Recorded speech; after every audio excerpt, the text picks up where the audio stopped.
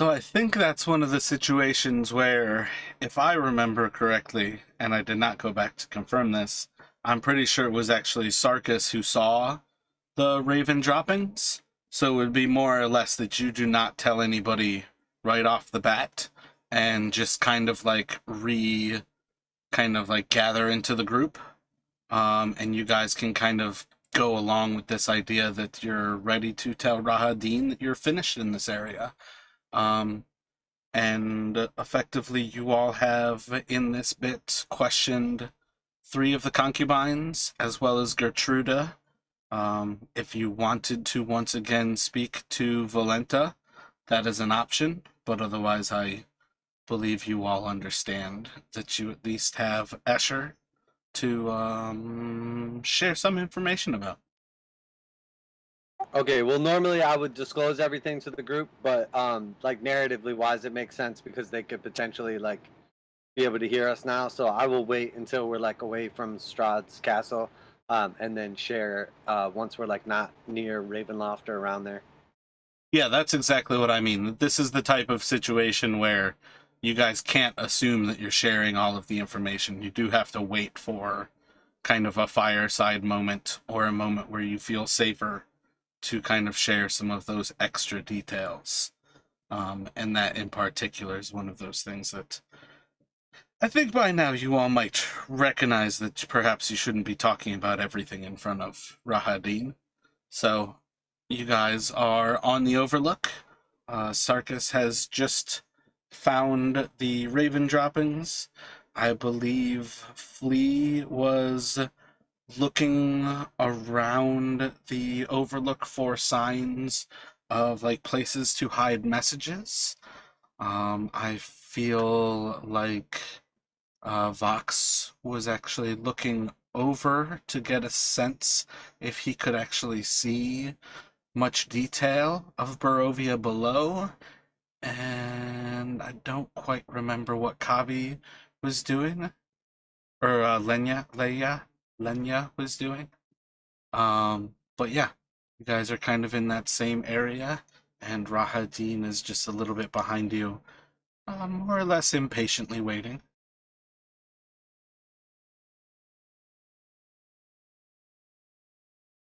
I think we got what we need, guys. Shall we head back to Strahd?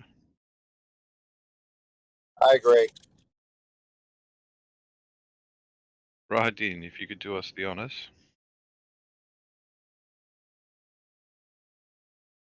Um, I want to. I don't know what the like look over kind of like where I see the Raven droppings is or anything like that. I think I described them as being off on like the north side of the Overlook. So you guys are in this position where like the Overlook is staring over a cliff, the mist kind of parting over Barovia. So you see the village of Barovia below you.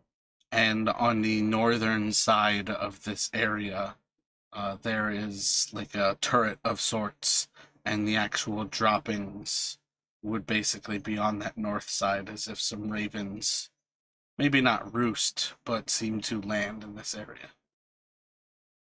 Okay, like out on the. Okay, perfect. Yeah, that's good. I'm good then. Are you good with the maps as well, Sarkis?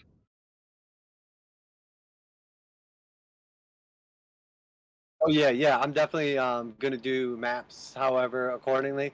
I feel like the DM sort of said he would give us a basic scratch rather than us like having like the full view of it. But I did not prepare that. Oh, no worry. We don't need it like right this second or anything. I just mean in general. I didn't want to like look at the maps and have like a beautiful like amazing drawing that's like unrealistic. Because I imagine we're probably trying to keep some sort of like discretion as we're like plotting out like the landscape. Yeah, I mean, on some level, I expect you guys to draw maps as you actually go there. So going back to let you draw maps is sort of random. But if you want to take a few moments to see the maps that you've seen, I can flash them before you, kind of thing. But like, if you guys are planning on drawing maps, I would say you're drawing like stick figure level of artistic maps. like draw the map that tells you what you're looking at. It doesn't have to be beautiful, and it definitely shouldn't be. Yeah, just plan shit. So I think this is what you all would have seen from the entrance of Ravenloft.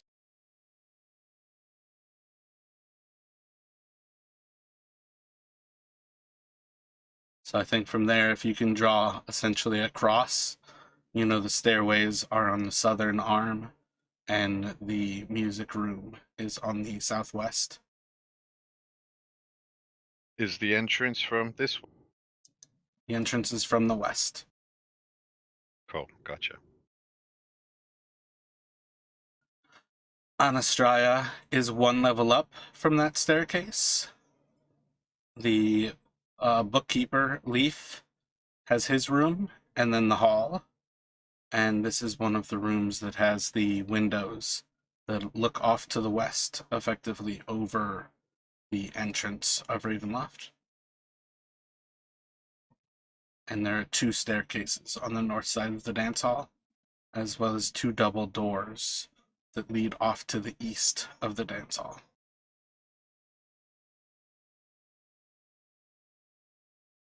Where are the doors at? Effectively, like directly east of where Anastraya is standing. Oh, okay, yes, yeah, I would have never noticed that if you didn't say it. Okay, cool. Do those staircases go up or down or both? I believe those staircases are up. Cool.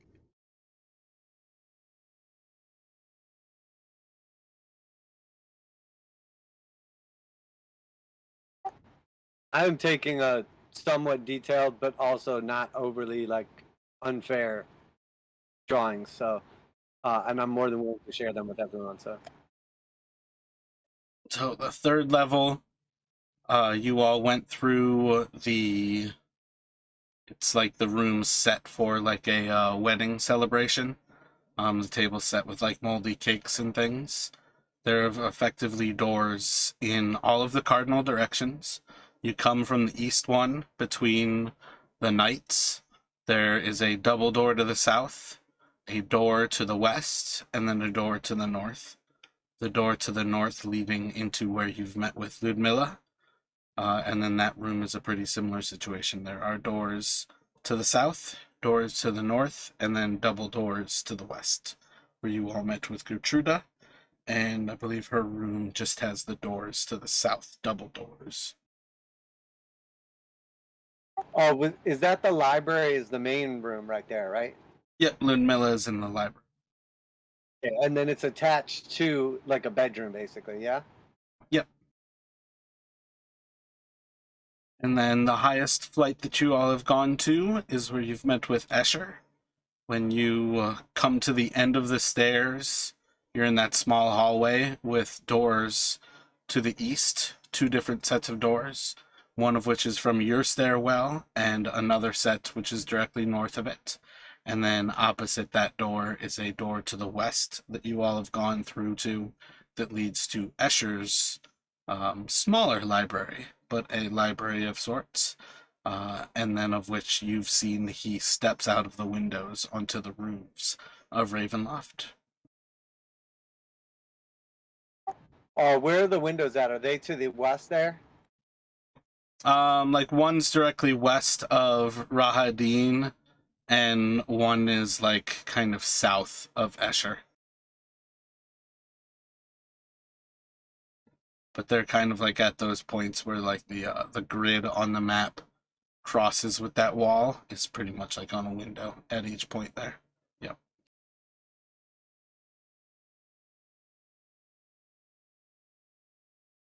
Okay, sweet.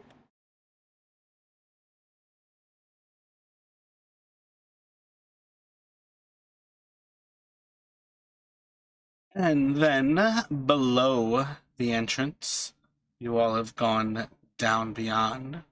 Walk through a small hallway into a larger hallway that has double doors to the west, a blocked off chained like almost prison style of wall to the east, and then 3 different doors along the northern side of the corridor. And that's the one that you would smell like a faint sense of the dinners that you all have enjoyed, or the dinner that you all have enjoyed. And then in the actual room of bones, you've seen that there is a door to the north and a door to the south. And then obviously the double doors that you've entered in. And we would have gotten the impression you said about the smell that was like where they were preparing the meals was which direction once we entered the main hallway? That hall just smelled of food. I don't think you necessarily know where the kitchen is, but you're near it when you're in this area.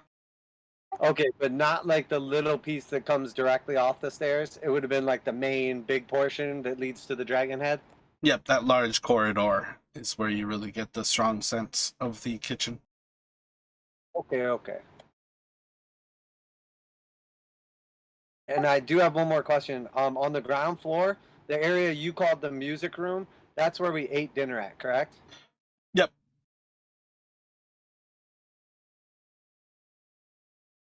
And on this first floor, do we have any idea, once again, will we have noticed those stairs go up, the ones on the north? Yep. Okay, cool. I've got a pretty good, like, scratch of everything, so.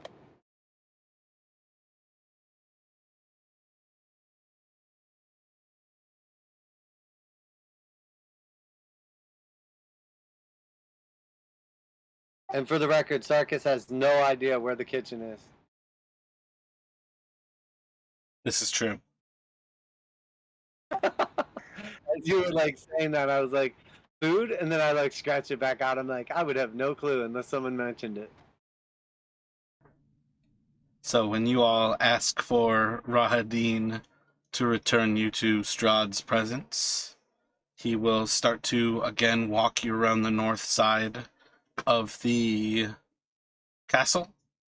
Upon coming to the closed gates beneath that northern walkway, he will again reach out, seem to mumble, and the doors open up. And just to double check, is this all positioned accordingly to every other map we've looked at previously, or is the orientation of this one look different? It's still north. It's still the same Okay. orientation. All of these are northern. North is up. Okay, so like where we entered from on this map, where is that position? Like where you entered Ravenloft? Into not like the outer cloister or outer area or whatever, but where we actually like entered into like the like I guess it would be like the mud room, sort of like before the main entrance, going to the Main music room? entrance to the castle is on the western side of this map, where that arrow is pointing. Okay, so that little bit of like a glowing light right there is basically like leading into the mud room. Effectively, yep. Okay, cool. And then on this map, where is the overpass or overlook? All the way on the eastern side.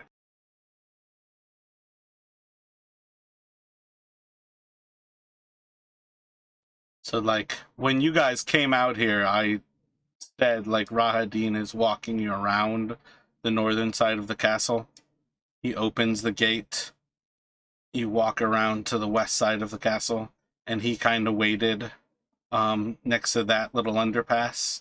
And then when you guys come back to him to say that you're ready to go back, you walk back, he opens the gate, and then you're walking back to the entrance.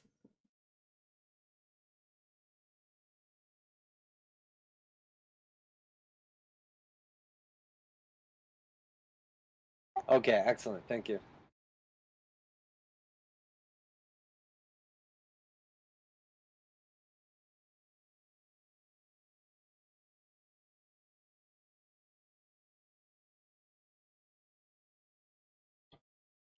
He'll once again take you through the entrance hall, where you would see the dragons overlooking, stepping into the main chamber with the stairs leading up.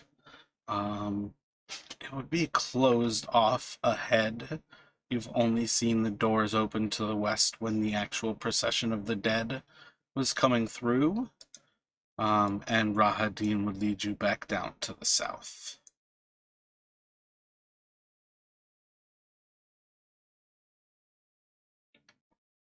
And he would, I think this time, let's have him go get Strahd.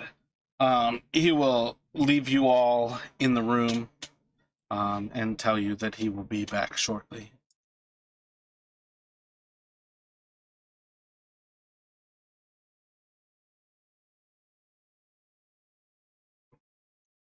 Still don't see a Lenya token, so we're using copy again. I posted the token in Discord. I've got a character created for you there, just named Key. If you just want to apply it, we can use it, but otherwise it's purely up to you.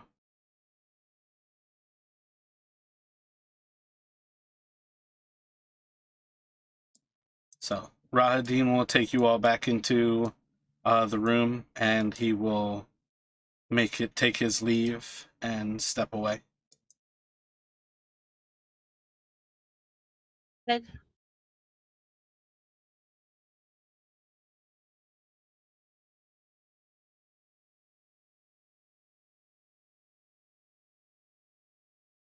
Is he going to get Strahd, or is Strahd in here waiting for us? It's just the four of you right now.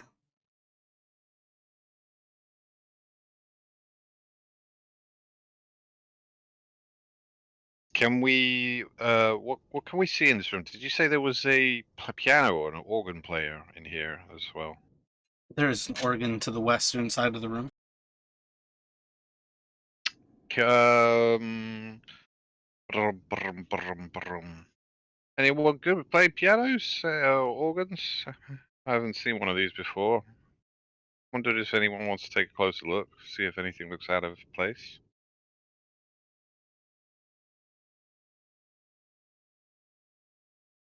I've never been particularly fond of music, nor inclined.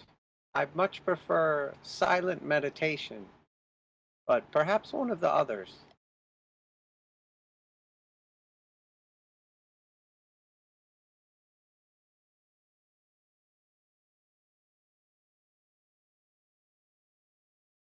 Hopefully we'll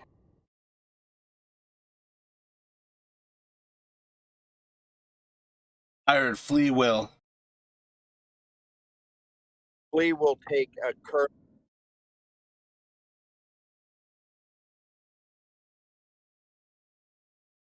Flea doesn't want to do anything that would be inhospitable, so he'll take a cursory glance, but that's about it. So you can do a perception at disadvantage. I think that's pretty disadvantaged. Oh, I have not seen anything come up from you. It was a 3.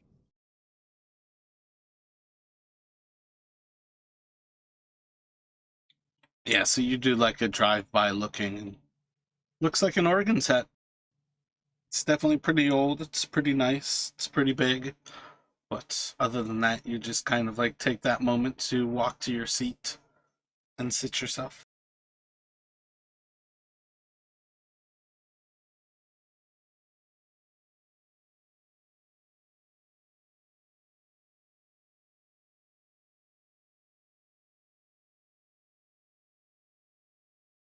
Any other thoughts while you all are in here?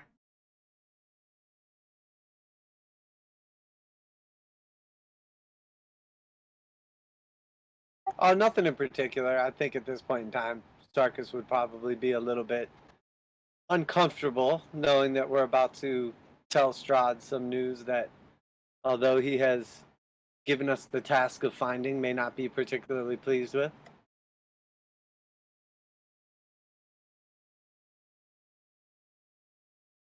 While you make yourselves at home It's not long before Strahd comes through the doors. The double doors open, and he's going to approach. Have you found what we have been looking for? Do you have something to share with me?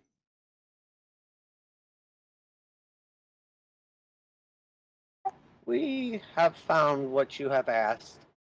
Although you may not be pleased with it, we have the evidence, a confession. Perhaps you may find that what pleases me is not what you find pleasuring. My tastes are well refined with time. Please, don't hesitate to share, because you believe I will not find pleasure in what you have found. Your suspicions and the suspicions of your brides were correct. We do not believe that one of them knowingly betrayed you, but you have been betrayed nonetheless.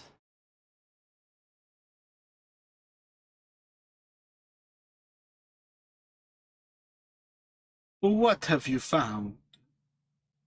Where do you see this betrayal?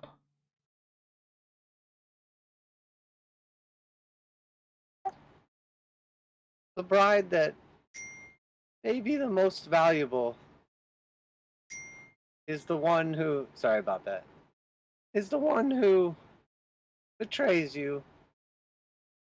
He speaks, wait, he or she? Escher speaks to spirits or a voice. He referred to it as a muse.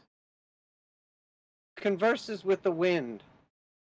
I don't believe that he realizes that there's more to it than he sees.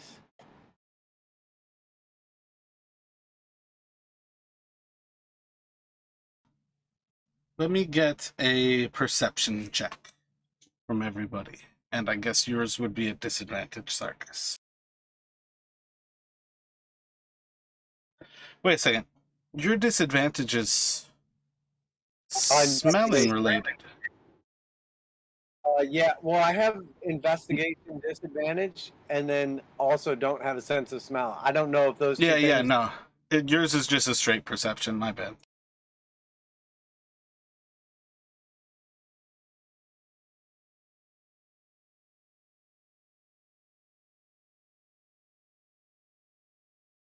Did you see my roll come over this time? It did not. It looks You like are you left the dropped. game. Yeah, you're dropped out of roll 20 right now, so it may not even want to send stuff over.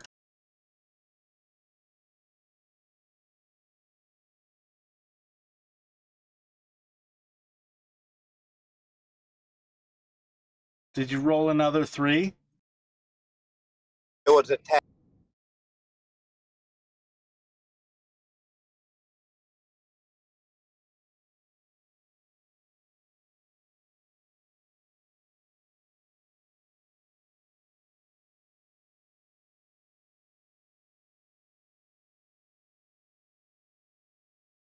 I should be on disadvantage on ability checks because I've got 1 level exhaustion. Oh yeah, all of you are actually exhausted right now.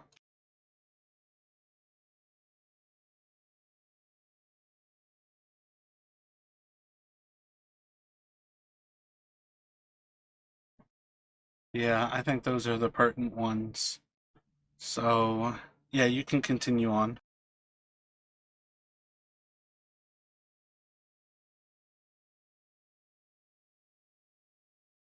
You had spoke of distrust between you and Escher, and he confirmed this as well, but I do not believe that he consciously betrays you.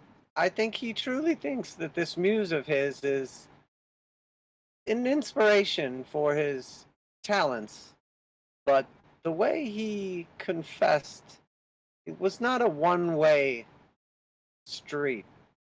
The way he spoke of this voice, this muse in the wind, it was clear that he converses and that there is more to it than he realizes.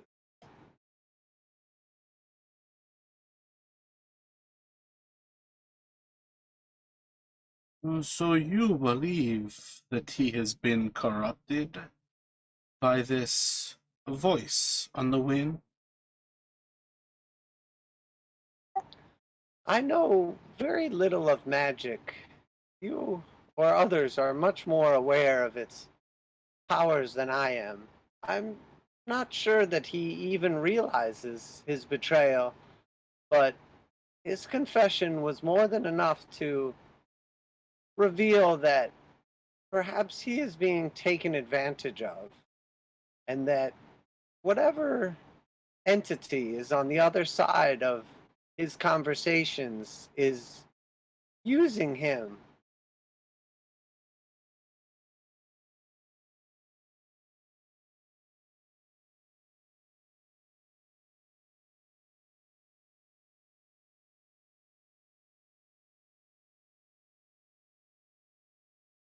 He himself spoke of this conversation with the wind. He did. We all heard it, the others as simply as I.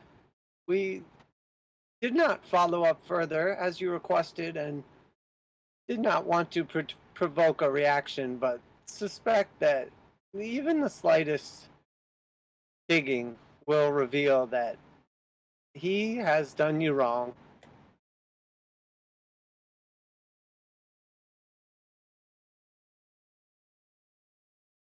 It will be most unfortunate to have to remove him. But perhaps the very nature of our work was corrupted already. So, I find some level of satisfaction in this.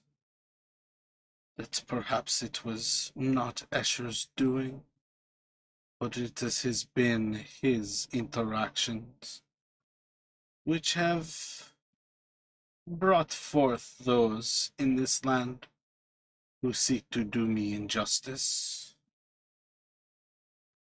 You are due your source of information, your knowledge. But I would offer you other ones. For few things are as joyful as being reunited with those destined to die.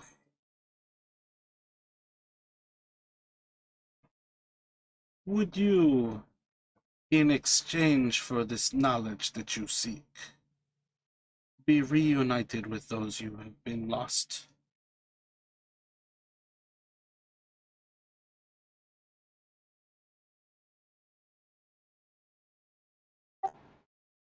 When you say reunited with those we have lost, are you talking about Kavi and bringing her back? Or just taunting us with her presence as you did before? Many things bring me great joy, but few things would be as pleasureful as to share such a wonderful experience, knowing that she is still just as destined to die, whether you save her today or whether you leave her in my house. Rahadin, and as he calls forth Rahadin, will open the doors from the opposite side, and next to him you will see Kavi standing right beside him. Kavi in spirit form or in full corporean body? You can do a perception check.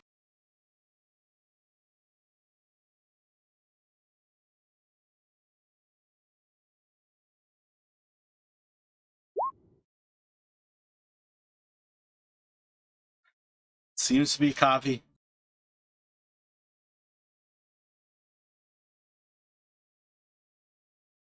What sort of trickery is this, Strahd? Can we believe our eyes, or do you deceive us? It is no illusion. But for now, I have her body.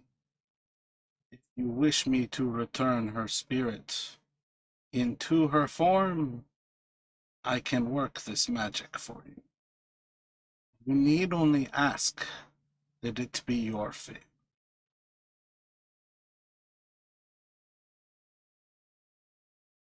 Oh, can we have a minute to discuss? We will take our leave. And as always, you need only call for Rahadin, and we will be present shortly. We speak to her now. Is she but an empty vessel, living flesh with no spirit? Or her? You saw her soul the other night. She is destined to wander without a body. For all eternity, she walks the fate of all adventurers who come to this land in order to defy me. This body is but an empty shell.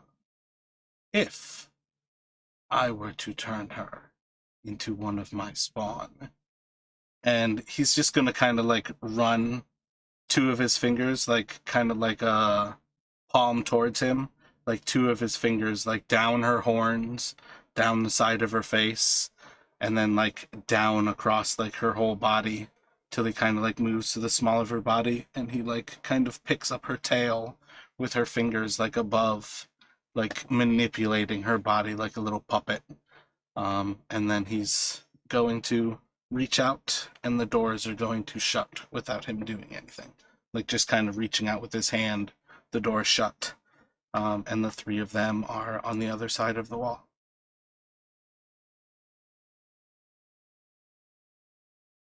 I see no other option.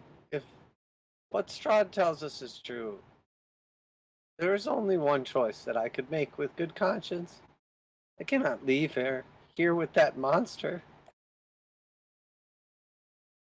I'd be concerned if what he brings back is actually Kavi or something, a perversion of it.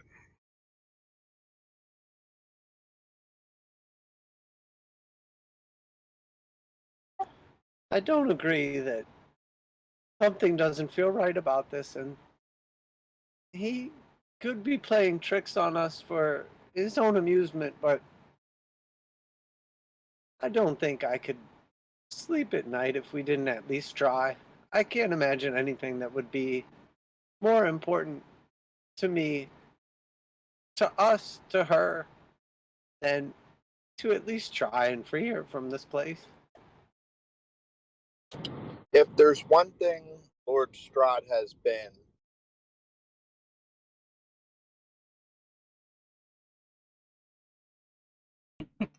You're pushed to talk hates you. You can start a sentence and then it seems to drop every time. okay, Strahd has been very forthright. I don't think he's playing games. Maybe we should get a little bit more information about what would happen if he were to return her soul to her body.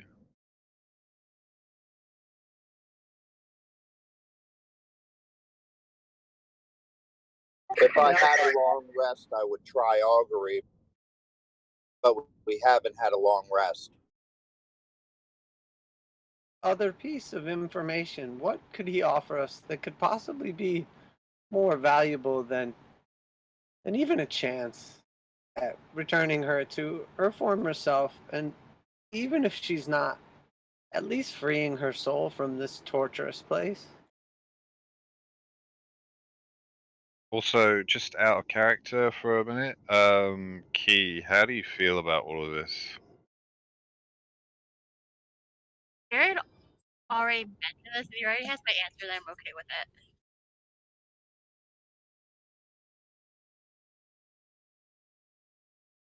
So is there like a kind of direction? I know that we have to still role play it, but is there a direction you'd like us to play? I mean, what if you end up getting Key back? I mean, then you got Key and Lena. There's been not D&D, but there's been instances where I've played like 6 characters at once. I'm completely fine with it. Yeah, you'd effectively be retiring Lena if you wanted to play Kavi again. If you wanted to rescue Kavi and still play Lena, that's perfectly fine. But you'd still be one character.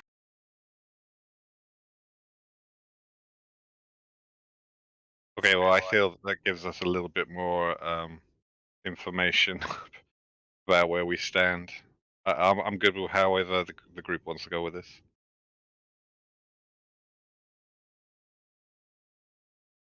Yeah, just out of character, I'm okay with whatever the group wants to do, but like in character, I feel like Sarkis doesn't have a choice. Like he has to at least try.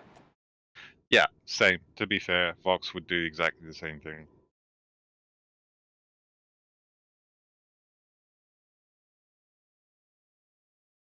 I'm chaotic neutral, so I'm good with it. Whatever.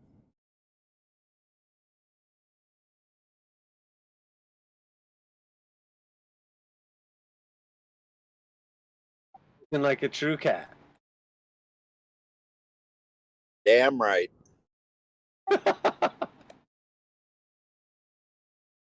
Okay, so do we just check first that he will actually be able to bring Kavi back as normal, no strings attached, or like as a vampire or something, right?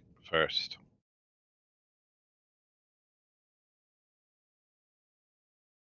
If he means to break his word to us, I suspect that he will do so, and we will at least gain that knowledge. But the truth is, like Flea spoke, I see no reason not to believe him, and at least then we'll have a better idea of his powers, strength, capabilities.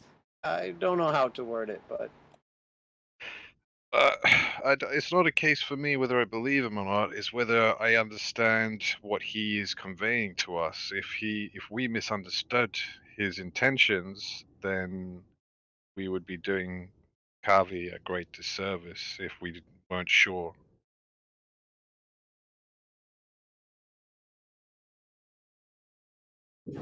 I believe Strahd's being forthright here.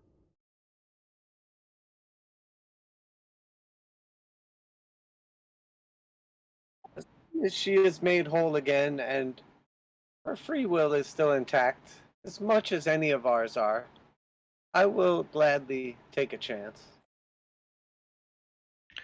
Okay, well, I'll just have one or two questions, but other than that, before we go ahead, but other than that, yeah, sure, let's go for it.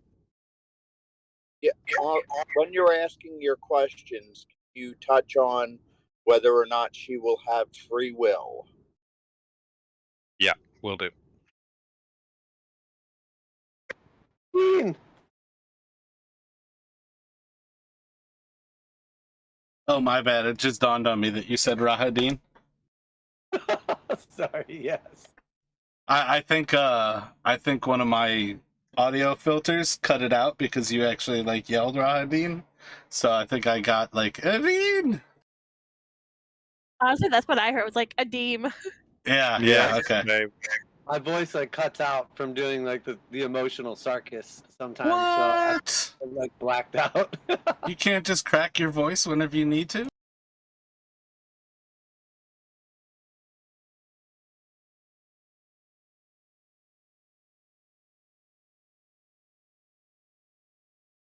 So Rahadin will open the doors.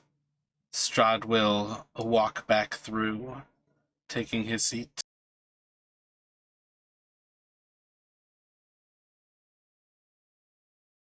Strahd, quick question before taking you up on such a gracious offer. When you say you can bring back Kavi, her soul to her body, do you mean that she would have like her old self back, full free will? She won't be coming back as a vampire monster, right? Would you prefer if she returned with the thirst? No. I prefer the same Kavi we remember alive and well with her own free will. She might be better off if she enjoyed blood and no longer had to eat as a mortal. Well, when she comes back, if that's the way, we would prefer she make that choice herself. So then you would like her to be a vampire? No, just human. I can turn Soul. her. No, definitely not. If that's all right, we would just like the same Kavi we had with soul and free will back in a live, well manner. If you can deliver on that, then please do. So then it is decided. You wish only for your Kavi back? Yes, please. Don't mean to press our luck with such a gracious offer, but we have noticed that you had her journal as well. Is there a way that you would return this and make her whole again?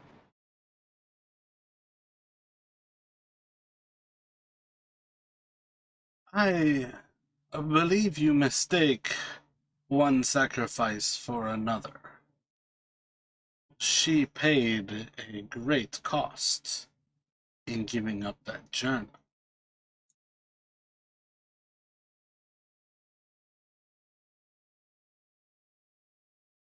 Understood. Can't fault me for trying.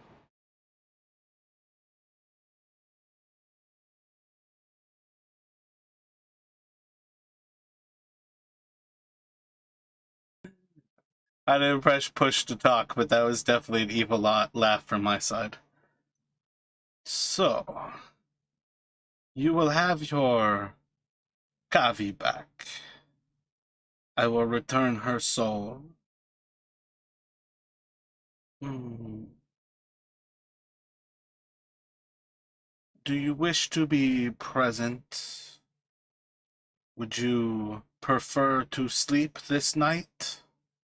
Or would you prefer to go before our agreement is satisfied?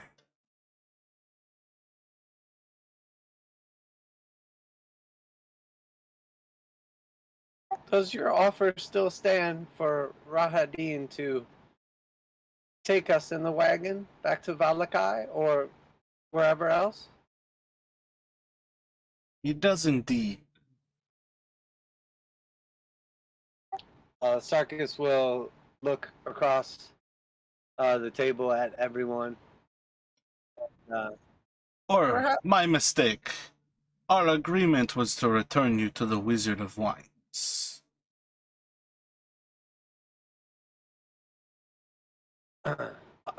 he'll just look across at everybody and say, perhaps we should leave before we overstay our welcome.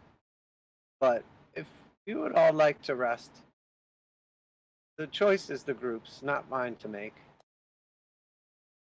I would like to see Kavi returned in full health first, but I'd be happy to leave after if we could be delivered back to either the vineyard or to Barovia. I agree, but I would like to see the ceremony where she comes back. It would be educational.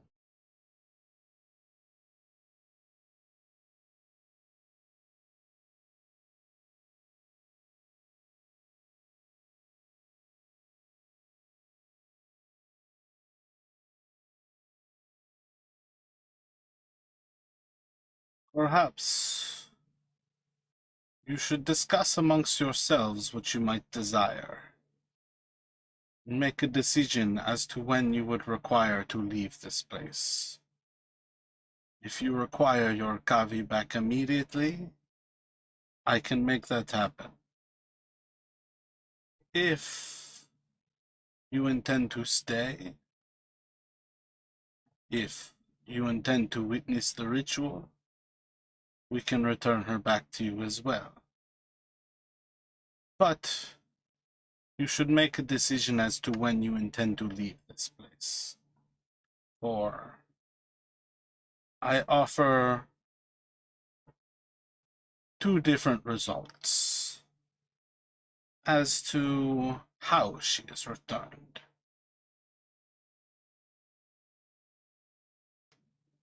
And know that the world at large, Barovia, might be worse for your absence and your stay here. For it is very rare for heroes to go about defending the weak and the defenseless.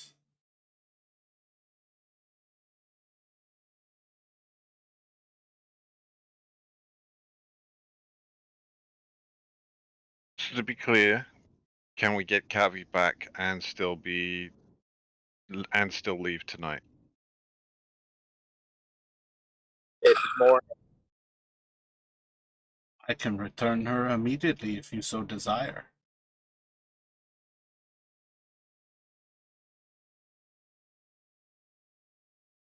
Then what's the difference between returning her immediately and this procession? No, thing you said.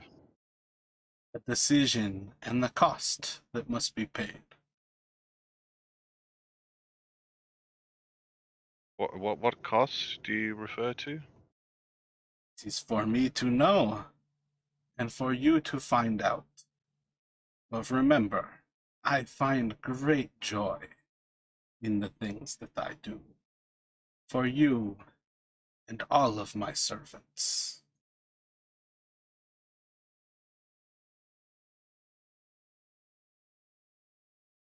Do we take a moment to ourselves?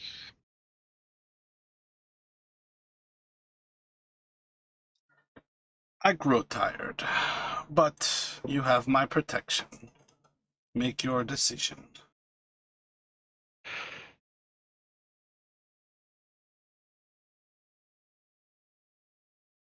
Guys, I want to get Kavi out now. I got a feeling doing it on this procession way sounds kind of like doing a sneaky way of turning her into a vampire or something like that. But I do want us out tonight as well, like, so we can try and get to Barovia if we can. I thought we were going to try to get to the Sun Festival. Yeah, so that's in Barovia, isn't it? Oh no, Valakai, sorry, even. You guys are pretty sure that you've missed the Sun Festival. Yeah, we're probably gonna have to go. He said basically he would take us back to the vineyard or Mardukov, so we're probably gonna have to go there and sleep like right away. But I'm definitely for just getting her back and getting out of here as soon as possible. I think that was like a sort of like impending doom warning. Like, if you guys stay here tonight, there's going to be some sort of penalty to the world, because we're not there to protect it. So I don't know if that was like a threat under his breath that he was going to do something, or if he knows about something that's going to happen if we're not there to prevent it. But I definitely got the impression that he was like, take what you've won and get the hell out of here. Cool. Me to you all, he's offering Yeah, 2 let's get different the hell forms outta of here. resurrection for Kavi. One is That's what I was instantaneous, thinking of. and you guys get the fuck out. The other one is a longer ritual, but he's also telling you shit's gone down while you've been here, which he's already warned you all about in the past, about the wonderful things to see and hear about in Valakai. So you can assume by now that shit's gone down in Valakai. But he's basically telling you, pick one choice for Kavi, because one ritual is instantaneous, one's going to take some time. And if you guys stay here under his protection, you can probably assume that people that you know and care about in this land are going to suffer. But he's basically telling you guys, like, he's still fucking with you. I have a feeling if we choose the instantaneous option, it's going to be the cop out, easy way out, and maybe not bringing Kavi back to her full self, unless I'm reading into this wrong. Flea's been correct. Al is correct. Strahd's true to his word. He's given you guys his word. So whatever it is, there might be something, but like if he tells you he's going to resurrect Kavi, you're going to get Kavi back. I'm not going to tell Key like, ha ha ha, joke's on you. She's still my character. No, it's gonna be Kavi, and it's gonna be Key's character. So you guys make a choice. It feels to me like the extra cost is for additional protection and a night of rest, and that is going to have a direct negative effect on the surroundings. And of course, you guys know how Sarkis feels. He would much rather, be gone and present to try and protect those around him, the innocents. Yeah. All right. Well, if that's the case, then fuck it. Let's just get her out immediately and then get the fuck out of here.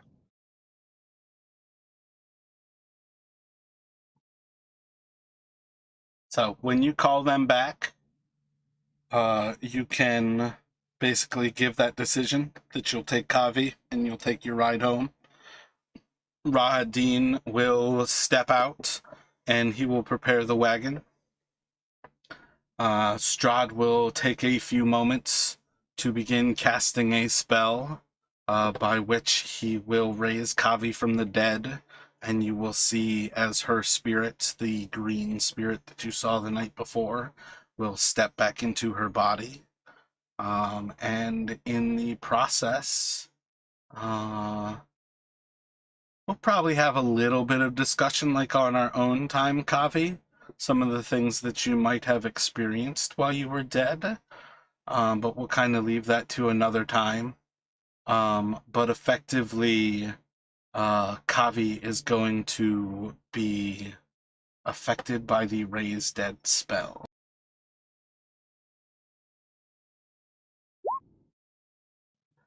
So I think over the next 10 days, you will be recovering. I think that's how this one plays out. That there is a negative to your ability checks.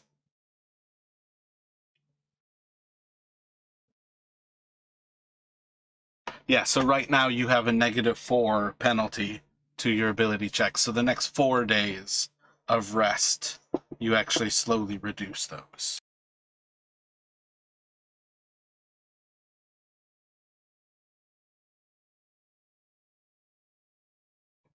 So effectively, I think just mark down, I'm not even sure where the best place to put it in your notes will be. It might be something that you can actually put under a condition.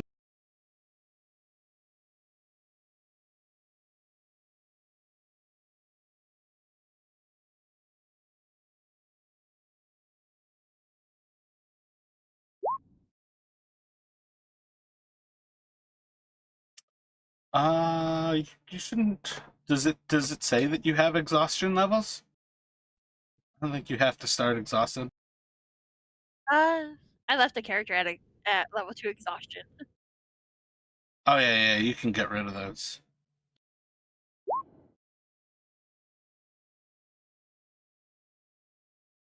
Do we want to go back to the vineyard straight away, or do we want to try and convince Strahd and Radini if they can take us back to Valakai instead?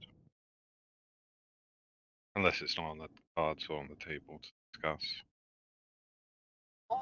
Never hurts to ask.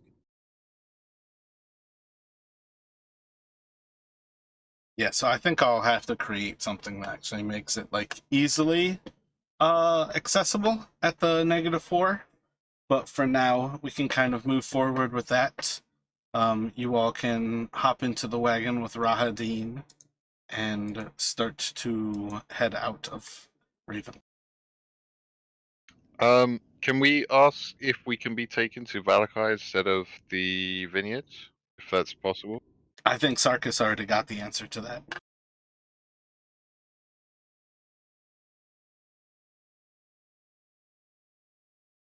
Yeah, he was pretty clear that that's a big no. Oh, okay, cool. Just that the deal as it was made was for you all to be returned to the vineyard. Cool, no worries.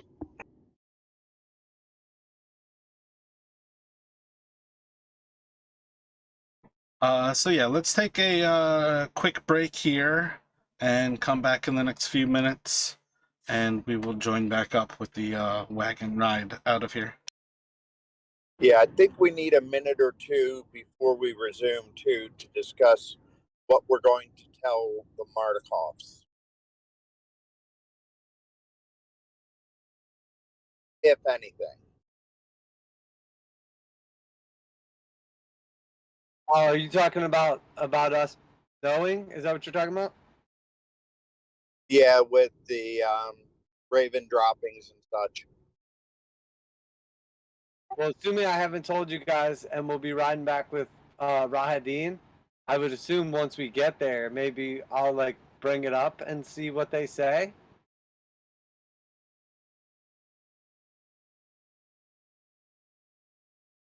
And kind of let it be known that, you know, we made sure to keep it to ourselves, ally kind of thing.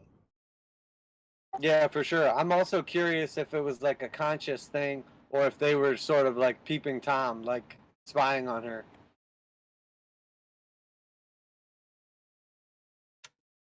So, as we pop back into things here, you all are going to hop into the black carriage drawn by the horses of Rahadin.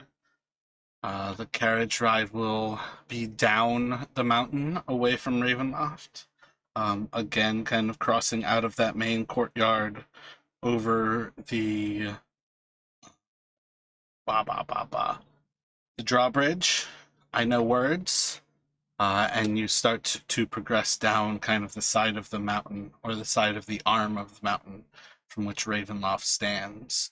As you come further and further down towards the gates of Barovia, the western gate in particular, and you would see as they open before the wagon, I guess two of the people who are kind of towards the back, if anybody's looking out kind of thing. The gates open ahead, but you guys are going to move past eventually where you would see in view the old windmill of the Durst family, and eventually come back through the Svalich woods to where, when you once again divert around the southern side of Valakai, it would be pretty clear, probably coming towards dusk, you would see that portions of Valakai are burning. The city itself is on fire. And Rahadin will progress past, and you'll start to cross over the bridge over the River Luna and continue down Old Svalich Road on the way towards the Wizard of Wines. Kind of getting into solid darkness. Did you have something to say there, Sarkis? Yep, sorry, didn't want to interrupt you, but kind of wanted to raise my hand. Two things. One, I was already kind of wanting to like try to converse with Rahadin just a little bit, and then two, also now, I would like to ask him about what's going on if possible.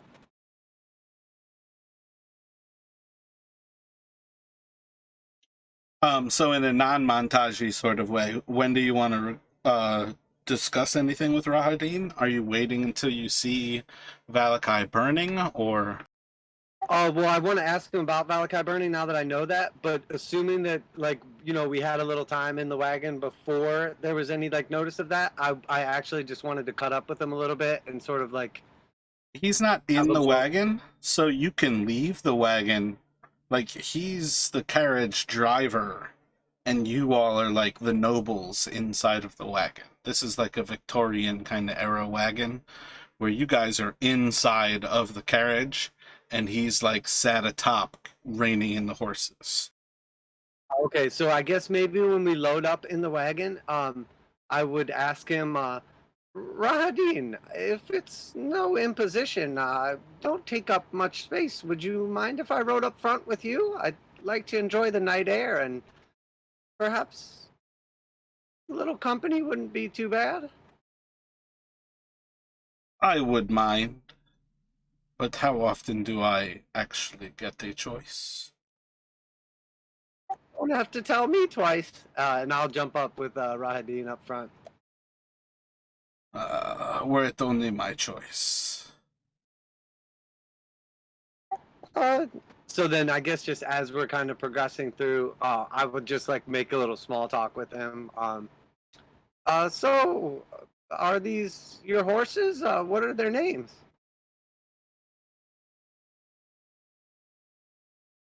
I don't know if I have a horse name generator to be even Okay, pretend fine, to be prepared with horse Just a names. small talk. I have like an actual motivation for why I'm doing this. I'm gonna call them Death and 2 halflings.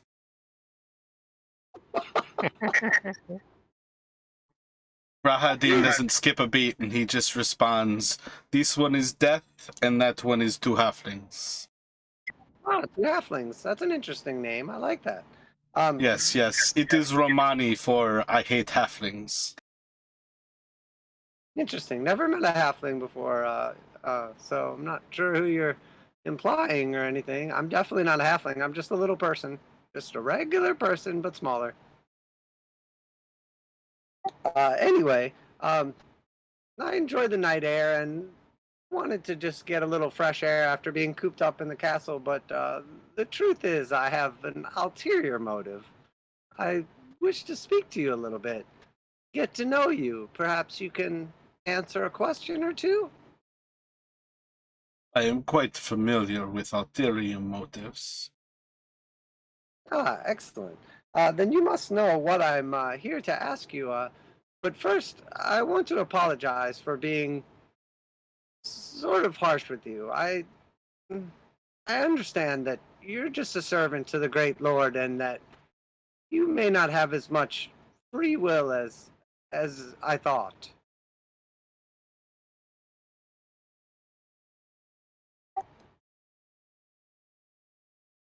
Often assumptions are made in mistakes. Indeed, indeed. Perhaps you can clarify. So correct me along the way. But I, I'm curious of your days before servitude to Strahd. You spoke of your history and implied that you used to do battle. One might even call you a great warrior. Would that be a stretch? One might call many things a great warrior. Interesting, interesting. And how long have you been the chauffeur or driver of Strahd's wagon? I have worked for the Van Zoroviches for quite some time. Much of my life, in fact. Interesting, interesting. And are you mortal? Have you lived for hundreds of years or standard lifespan of a human? I am not human. Ah, interesting, interesting. And you'll see Sarkis is kind of like twirling his mustache, like kind of like nervously. You could tell he wants to ask something, but he's kind of like beating around the bush a little bit. Out with it. Well, just I it's a beautiful wagon, very elaborate. One might even call it wondrous. Is this your property, or does it belong to Strahd? A black wagon is wondrous. You must not get out much.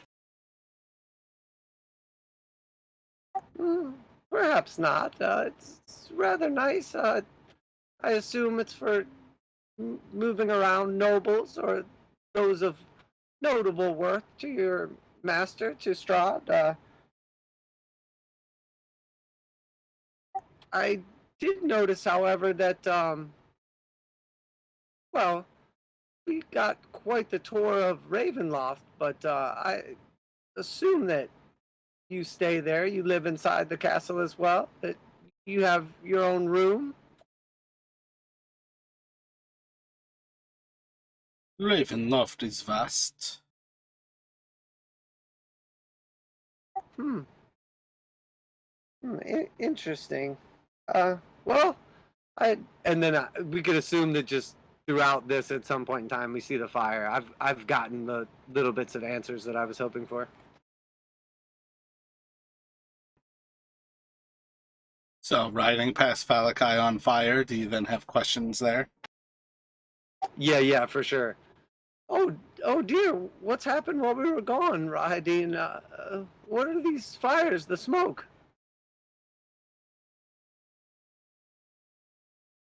It would appear the Festival of the Sun has been a celebration. This does not look like a celebration. Looks more like someone was displeased.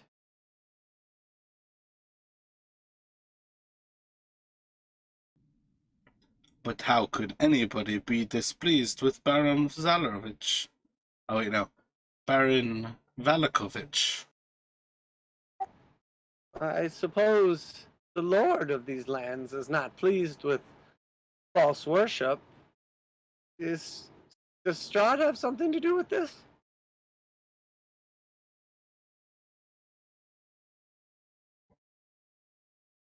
But our lord was in the castle all day with you. I don't think it's a far stretch that one who can bring back a fallen comrade from death could be in two places at once, no?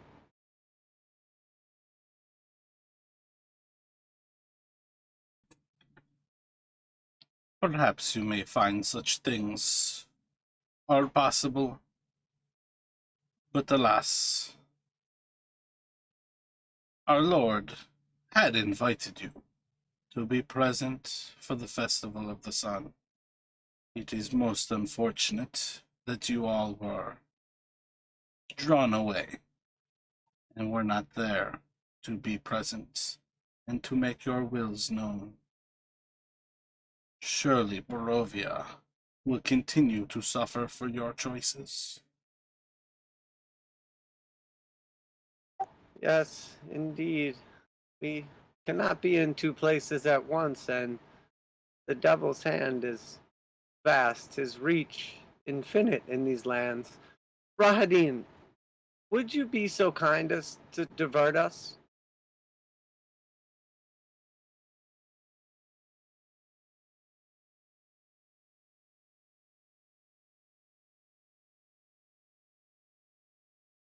My instructions were to return you to the Wizard of Wines. Yes, that's true, but you have otherwise seen to our requests, accommodations. After all, you did let me ride up front. I got to meet the horses. Perhaps a small favor? Once I return you to the Wizard of Wines, I am free to kill you. Had you made the request then, I would have been allowed to act of my own accord. But you made it prior to me dropping you off at the Wizard of Wines.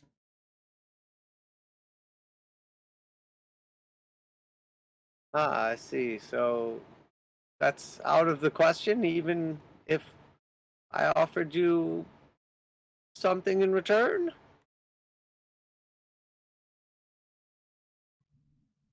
And what do you pretend to offer for me? Well, I don't have many worldly possessions, but I would gladly offer my friendship or a favor. Should you need something in the future, I'd be glad to oblige. I'm trying to persuade him to drop us off. I mean, at this point, I think you're working with a persuasion at disadvantage, but you can roll a persuasion. Okay, cool. I'm good with that. I'm good with that.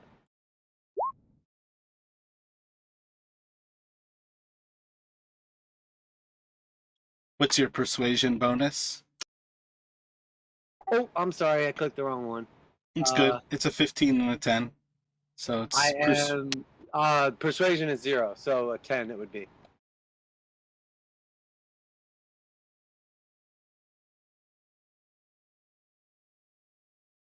Well, I appreciate your desire to be left here in Valakai. Perhaps you will find your friends, the Wizard of Wines, are also left wanting, and that there is no proper choice. But if you wish to stay here in Valakai, I will leave you here.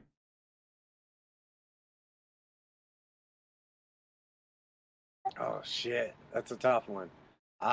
Can I yell back to the party? Would they be able to hear me inside of the wagon? I don't see any reason why not. Valakai is on fire. They may need our help, but Rahadin has made it clear that they may need our assistance at the Martikovs as well. I believe we're between a rock and a hard place, and a path with 2 choices. I care not to make it on my own. The Martikovs, I believe, was our agreement with the Count.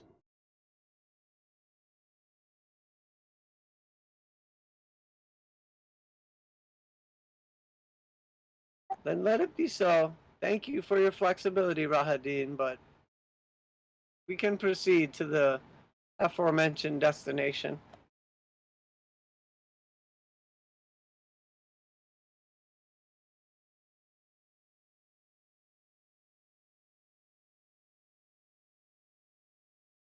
I just do not want to piss Strahd off that much.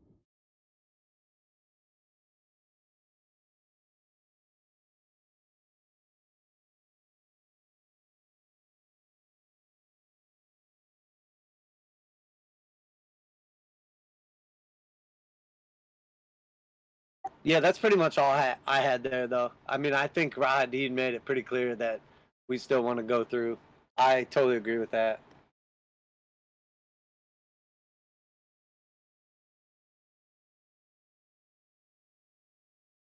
So you all can ride over the River Luna, continuing on the old Svalets Road, passing over into the road that leads towards the Martikov house before the bridge of the Raven River, and start to head south down towards the Wizard of Wines.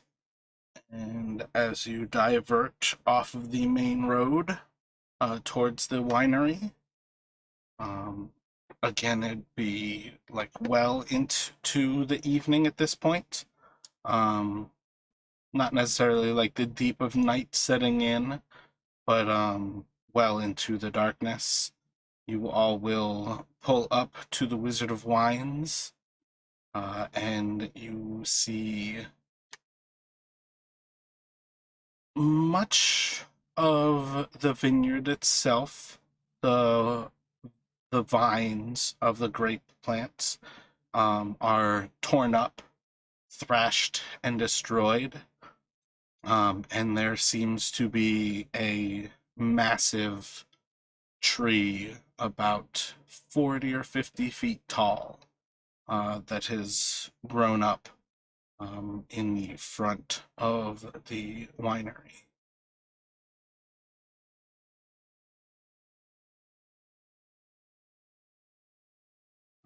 Go ahead. You can ask your question. Would we have any idea? Does this look druid related, or does this look like something else? What's happened every single time you walked up on plants that I kind of described as they seem weird? Goddamn druids. I think it's safe to assume this is goddamn druids again. Okay. And we didn't notice any like druidic trees or plants or anything in like the Valakai fires and everything. These seem like two unrelated events. Valakai you would have been much further away from. As you kind of divert along the southern end of the town, you're like diverting kind of up a hill and into the Svalich, like towards the Svalich woods, as you kind of divert along that like path below the actual town itself. So we more just saw like smoke and fire, but not really like what the issue was. Yeah. Cool. Looks like that druid that got away has decided to come back and play.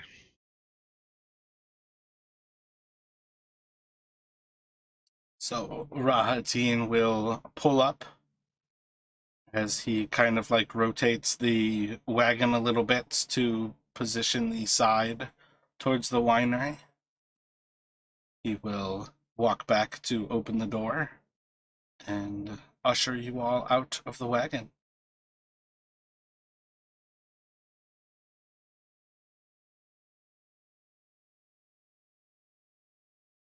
Thank you, Rahadin.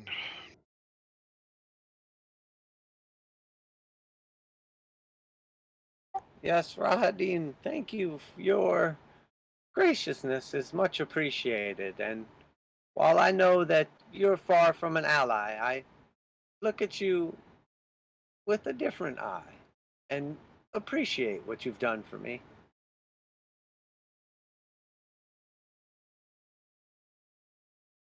Until we meet again. And he's gonna step back up into the wagon and start to ride off into the night.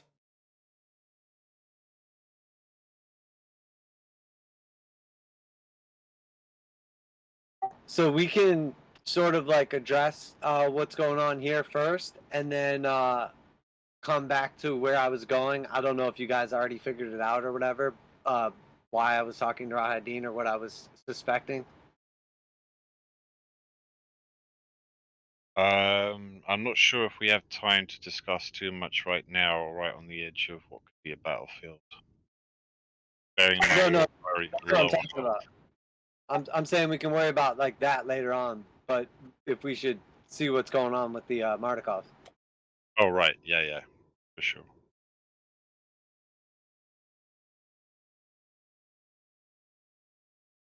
What's everyone's health looking like at this point? I mean, I'm sitting on maybe 5, 6 HP.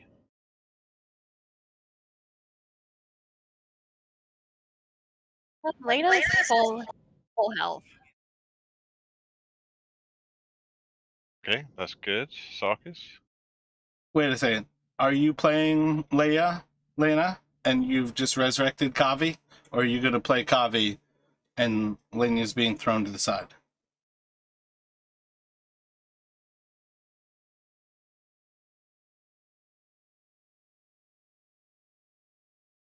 I'm back.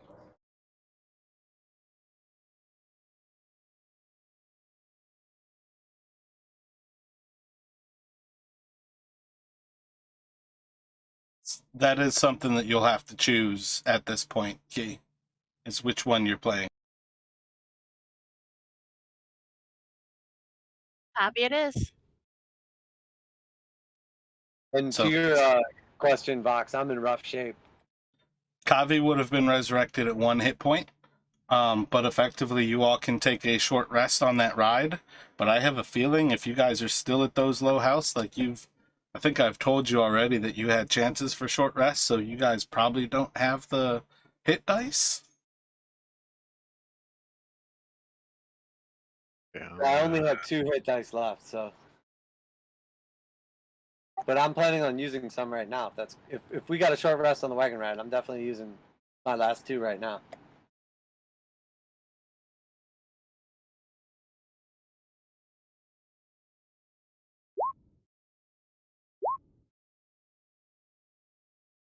So I think after the short rest, you'd be able to tell that Sarkis is no longer bloodied, but far from mint condition.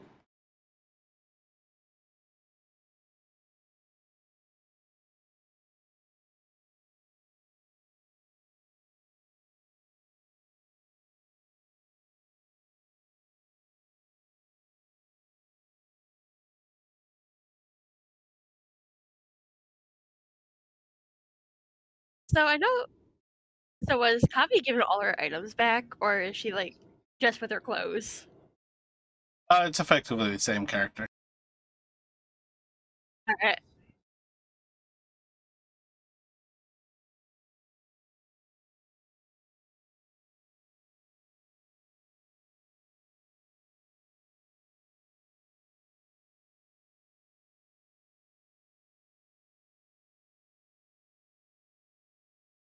Sorry, I had to step away for a moment, but I take it we're entering.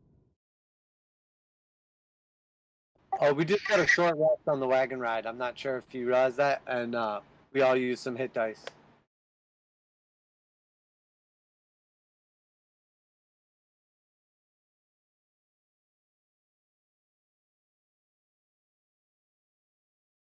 And depending if you heard or not, we have returned to the Mardikovs, and it appears that the druid has attacked and may still be present. And there's a giant tree growing out of the, I think, growing out of the building. Is that right? It's just like right in front of the building.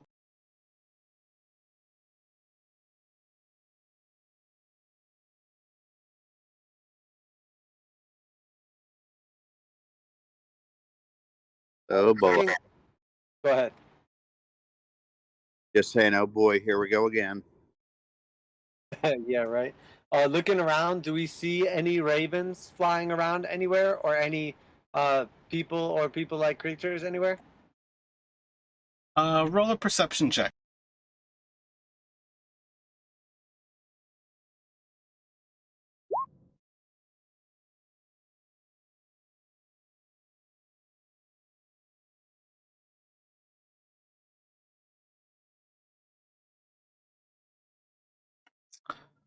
Looking around, at first, you feel like you see people kind of around the field. Before, after a few moments, you notice that they're not moving. That there appears to be scarecrows in this field. More of those blasted scarecrows. We need to make sure that everyone's okay. I suspect they're still under duress. How do you want to do this?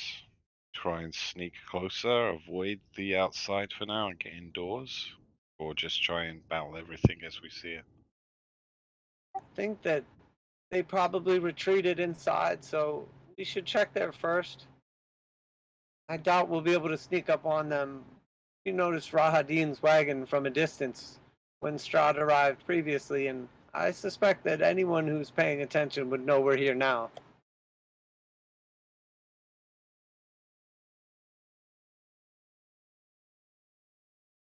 So I guess Sarkis will sort of make his way towards the front door and like kind of give it a knock with his stick, maybe call out, Davian, we have returned. Roll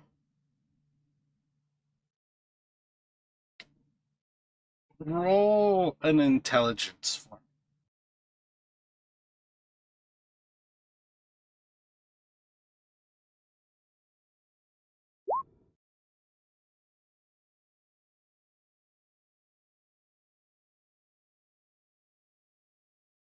So, as you start to approach towards the house itself, you start to notice that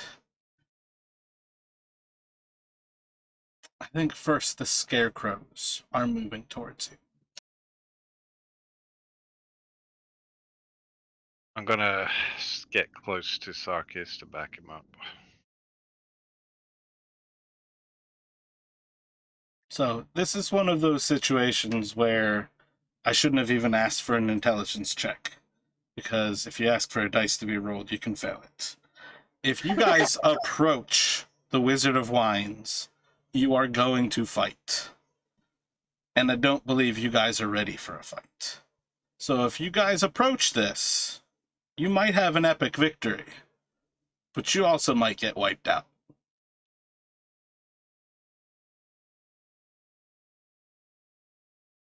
Discretion is the better part. We should back off.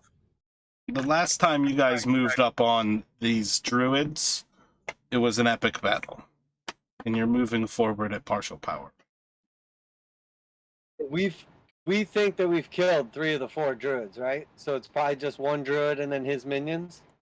You think that you've killed 3 of the 4 druids that you saw.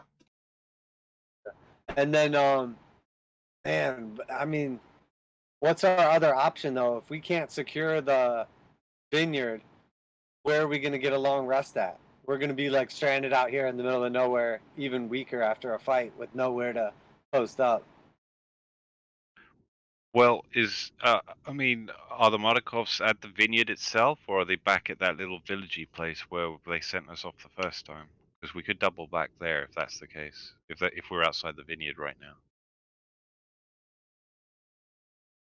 Oh, I'm not sure. Honestly, I sort of assumed that they like moved in at first opportunity, but they may have fallen back and retreated if the druids returned and overtook it. What do you guys want to do? I don't want to like take the reins here and get us all wiped out, but at the same time, like I feel like Sarkis is going to try to protect the Mardikovs or at least see what's up.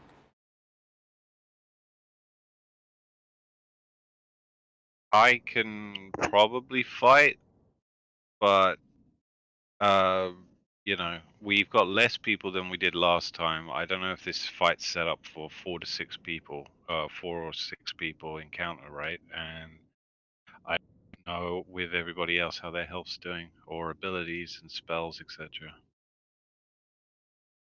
Well, let's consider we just got Kavi back, and she's, and needs 12 days of recovery or 10 days of recovery. So, from that perspective, I'm not a real fan of rushing in and getting beat to daylights.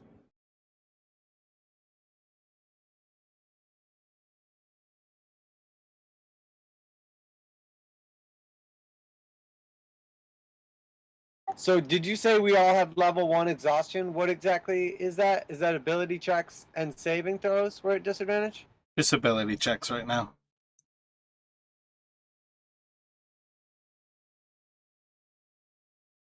What do you think, Avi?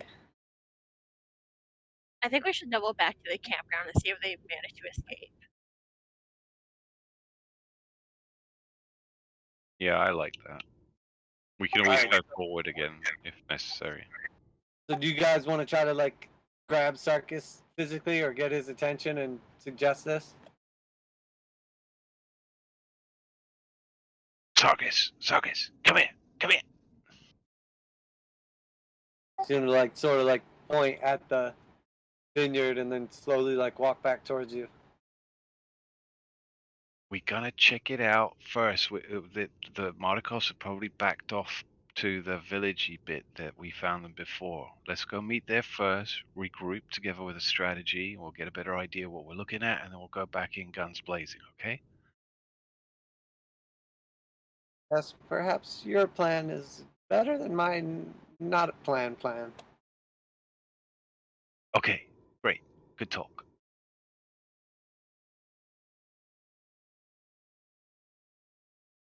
So can we do? You guys want to try to be sneaky and get back there? I mean, I'm suspecting it looks like these scarecrows at least have noticed us.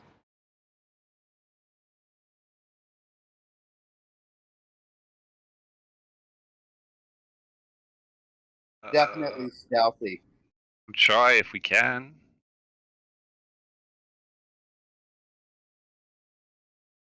So roll a group stealth check.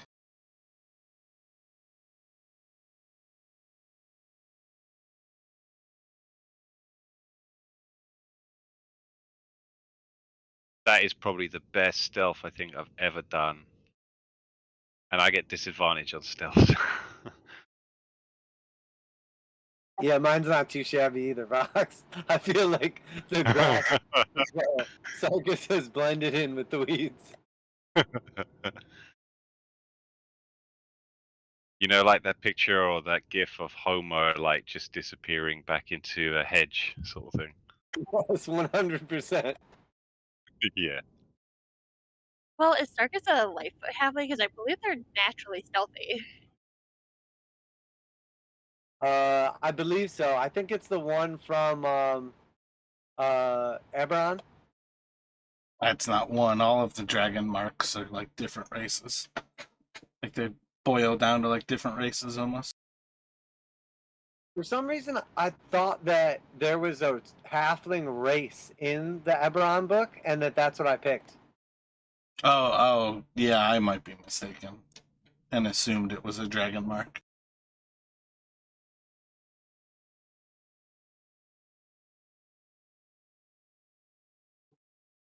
Did you roll a stealth, Flea?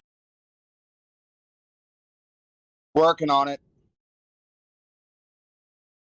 I don't actually know for sure. I don't actually have the Eberron book yet, but it's on the way.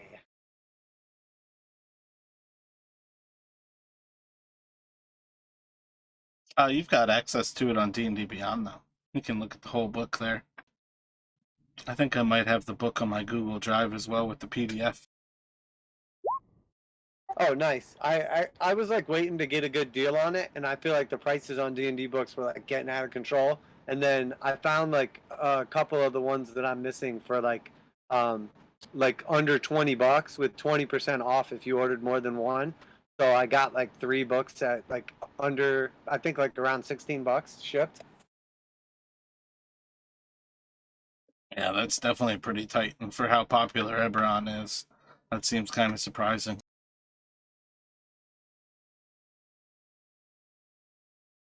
Yeah, I was pretty pumped, honestly.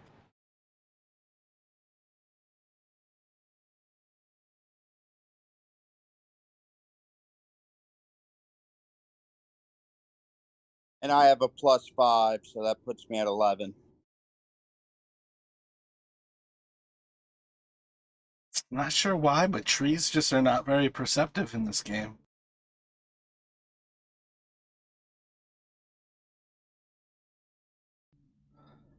So yeah, you all feel pretty confident that you're able to kind of like slip back out of the field, and that the scarecrows seem to be kind of holding to the positions where they were. And you can make your way back to that area where the Mardikovs were hiding the previous time that you've come here. And it seems empty.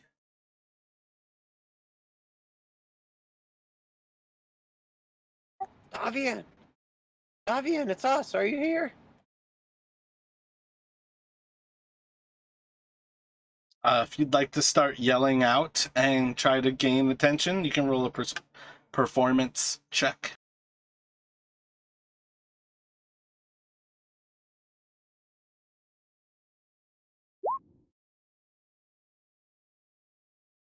Nailed it.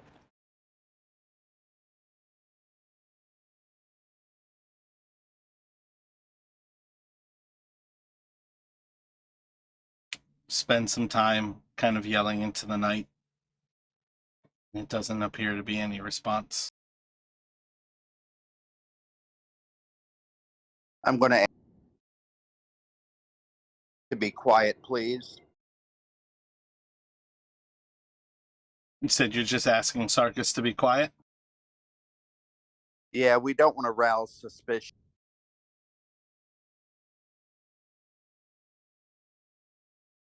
And doing a little search of the area, there's no sign of anybody that's been here or come back here. Yeah, I mean, there's sign they were staying here before, but there's no sign of people here right now. Damn, that means they might still be stuck in the vineyard, trapped. They're also birds, so they might have flown away. Or that, yeah, shit. I say we go in and get a rest for the night. Set guard. Yeah, agreed. And then we'll take a look at it in the morning. What's Is your this- definition of go in? Is this basically just like a wooded campsite, or is there like actual structures or anything here? I think of this area as more like this is like a like thicket of trees. And in particular, it's like a clearing inside of the trees. So it's like almost like a sheltered area, but like you're still in the woods. I think of a little like campsite that I had as a kid where it's like one of those big, almost like, I feel like it was kind of like a willow tree that's like a very low, like central trunk with a lot of arms that kind of come out. So like when you're next to the trunk, there's a lot of cover around you in like a dome because this tree sucks up all of the light that nothing really grows under it. So when you like crawl into or basically find yourself under the tree, you're like inside of a very natural dome of like greenery around you. So like that's kind of what I imagine this little section is. It's their own little thing. They would have originally brought you in through kind of like a tunnel that's almost like probably like 4 or so feet tall, where you're moving some brush out of the way to get there. But once you're actually underneath this tree, you can almost like stand back up, but it's otherwise essentially a camp underneath like a thicket of trees.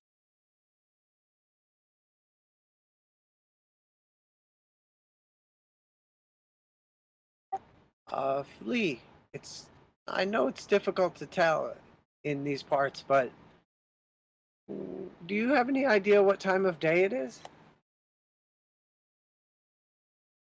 Keen mind should give me a fair idea. I believe it's after midnight. At this point, you all are looking at like 9-ish or so, I think. You probably passed Walakai at about 7 and probably arrived here about 9. And you would have spoken to Strahd about like 2 or so in the afternoon.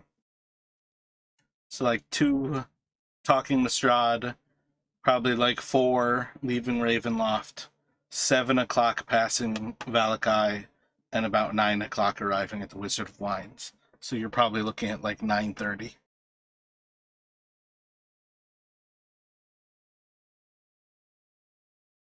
Should we take patrol watch and try and get a long rest, and then approach this in the morning?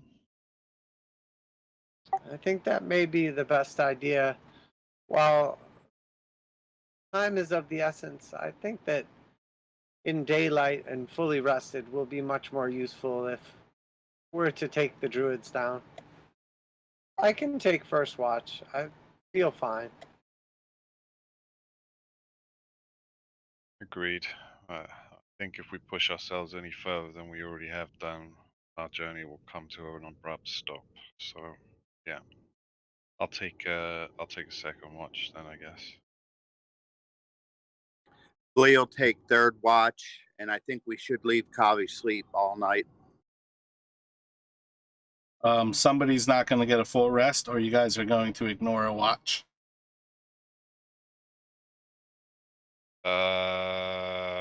Shit. You have no grace period with 4 people.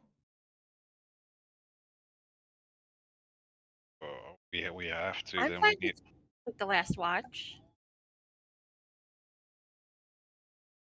Yeah, at least you still get a good solid rest. Unfortunately, if we had more of us, let you sleep in. Sorry, Kavi. It's good to have you back, though. I mean, technically, she'll be better at it than you guys because everybody else is exhausted. Like, a disadvantage is effectively a -5, and she's got a -4. So she's actually better at this than all of you right now. So starting off, Sarkis, let's get some rolls. Just perception? Yeah. Ah, see. Rolling the actual results in front of the window is fucking stupid. 14. Just one roll at disadvantage? That's the first one, so do a second roll.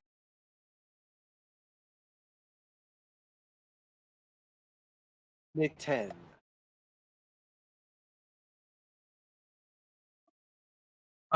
So there's a pretty quiet first portion of your watch. You kind of struggle to keep things up as you sit and watch over the group. Are you guys watching with a fire? Are you just in darkness right now? I'd like to say darkness because we're just in the Yeah. wood, but it's everyone else's call too. Let's not light a beacon. So you... My bad, I didn't catch that. Oh, that's fine. I was just gonna agree with everybody. Like, I feel like we're either gonna see something or we're not, but I don't think fire will be like the determining factor one way or the other.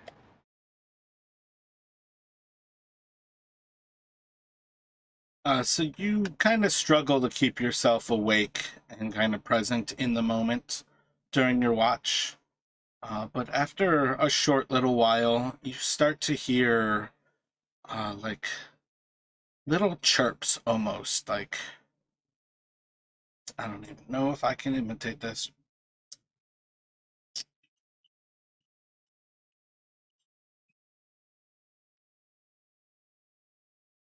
Almost like a clicking, kind of like three-part chirp. Would I recognize it? Can I tell if it's a bird or some other creature? I don't think at this point you have any reason in particular to recognize it, but you can roll a intelligence, an animal handling if you have the proficiency, or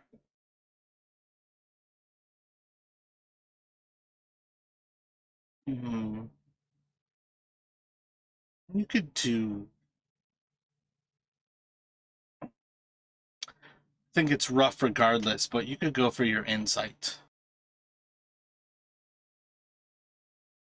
I'm proficient in insight, so if I could do that, I would do that.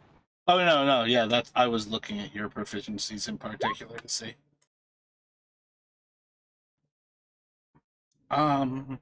At first, kind of thinking about things, you don't quite recognize the sound, but as you kind of allow the nature of where you are to kind of set in, you start to clue into the fact that there seem to be maybe the sounds that you would expect from like a plethora of bats flying nearby.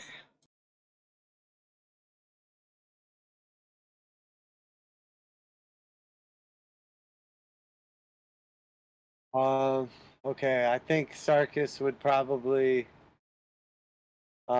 Everybody else is sleeping right now. I think I would get a little uneasy, and I would probably pull out my tinderbox and try to, just sort of like makes like minimal light, but maybe not go full torch, but something in between.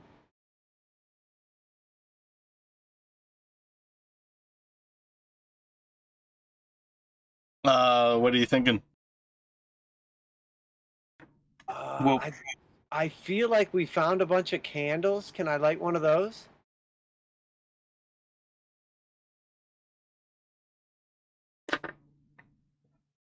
yeah, on some level, I don't know if you guys actually ever took the time to distribute them, but yeah, you can light a candle or candles. Or maybe even if not, maybe just like I'm not going for like a full on fire, but just enough to like kind of put my mind at ease so I could pretend like I can at least see what's going on.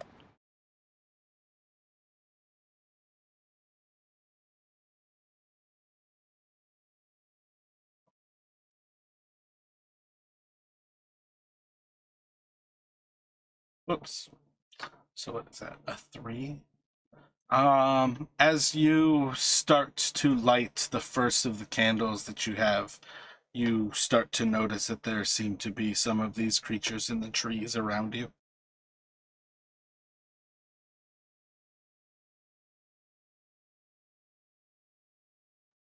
I guess more properly in the branches around you. Okay, I'm gonna try to shoot them away. Shoo! Shoo! Like kind of quietly, and maybe like wave my stick at them. I feel like I can reach roughly 5 feet off the ground. I think this is an intimidation.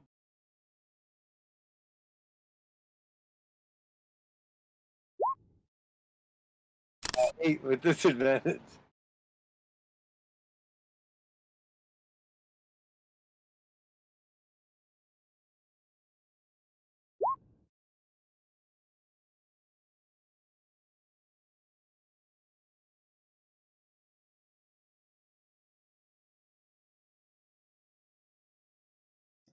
A cauldron of bats sounds amazing. But it is technically, in my book at very least, a swarm. But I like a cauldron, especially if it's not Tasha's. The bat does not seem to respond, though, and you see as it starts to, like, scream out, and you hear, like, a shriek coming from it.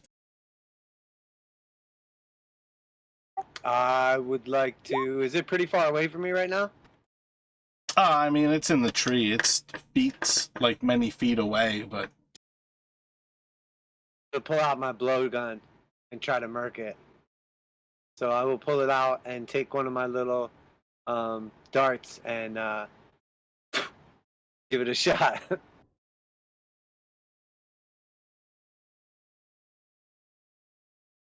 So you can roll an attack roll.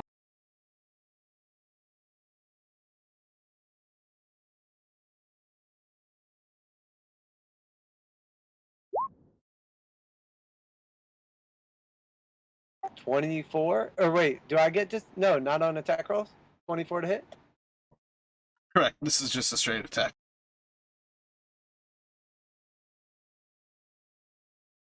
Is everybody there? Yeah, I'm here, buddy.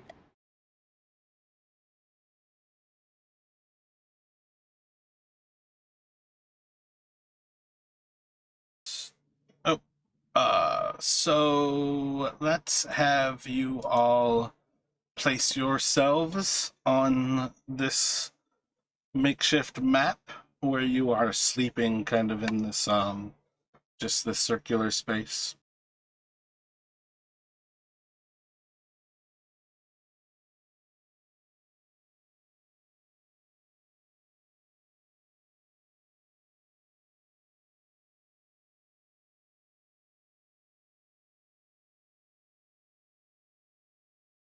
I'm wherever that bat was at. So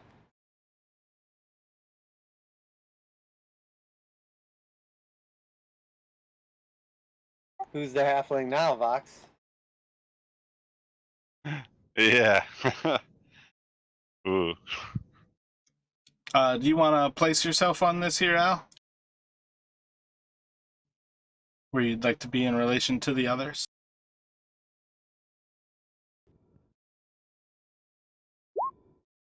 Yeah, put me next to Kavi completing the square. Sorry, I'm having some issues.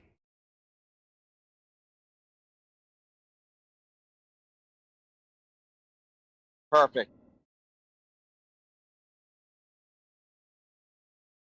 One bat. Ah.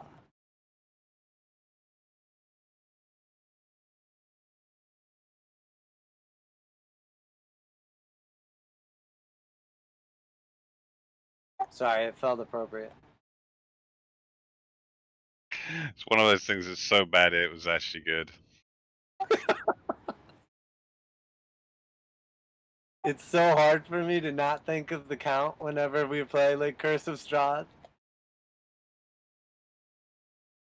What's that one that Adam Sandler did? Hotel something or another. Hotel Transylvania. Yeah, that's what I get going through my head when he does that.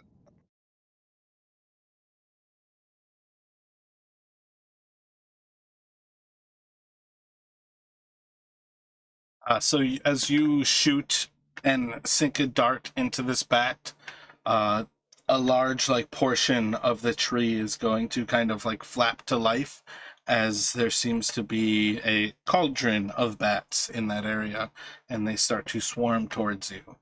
And with that, I will have Sarkis roll initiative. Actually, when they're a flight, they're a cloud. Stop it.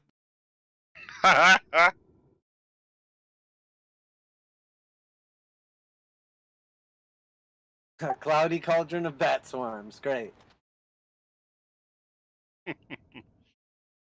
I mean, at least it's not ravens and crows together. Did he have an unkindness murder? I feel like Sarkis like blinks his eye and like gets his dart ready and shoots it, and he's like, "Ah, I hit!" And then all of a sudden, like what he thought was leaves is just all bats. He's like, "Oh shit!"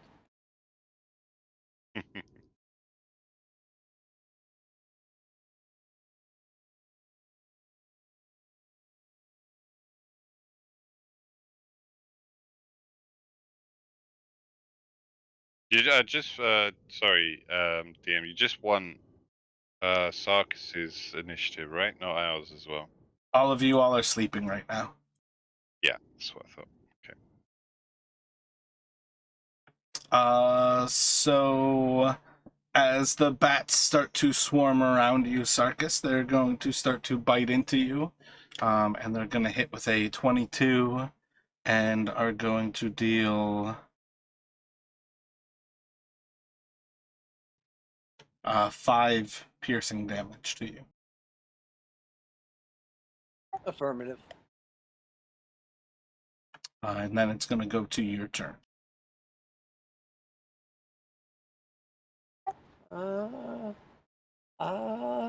As he kind of like tries to like wave off the bats and thinks, "Do I need to wake up the party?" I will go ahead and do a quarterstaff two-handed attack against them.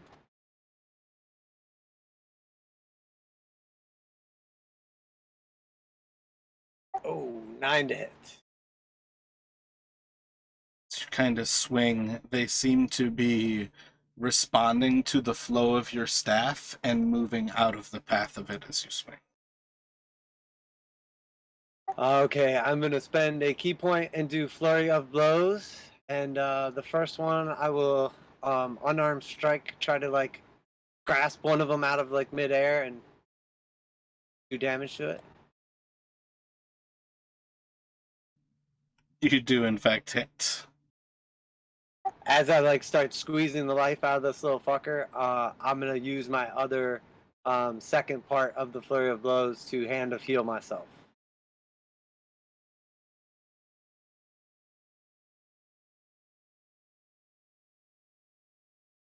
And while I find that, you can go ahead and go. I'm still trying not to wake up the party for now, at least.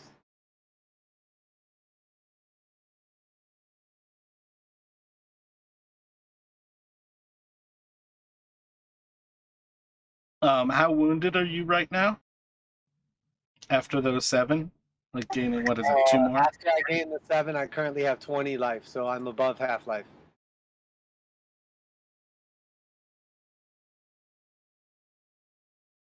So the bats are going to start to bite down on you again. A 15, I believe, is a miss, and it will go to you. Yep, missed. Hell yeah. So trying to keep quiet and not wake everyone up. Once again, I will do a quarterstaff attack at them.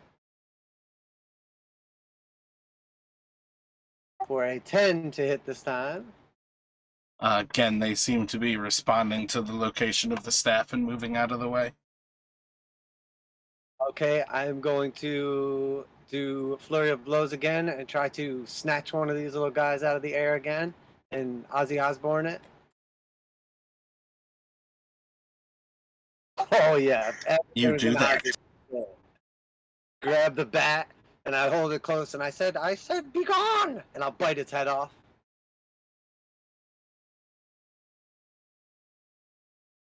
Nice. And then I'm gonna hand of healing myself once again. So which Ozzy song are you playing?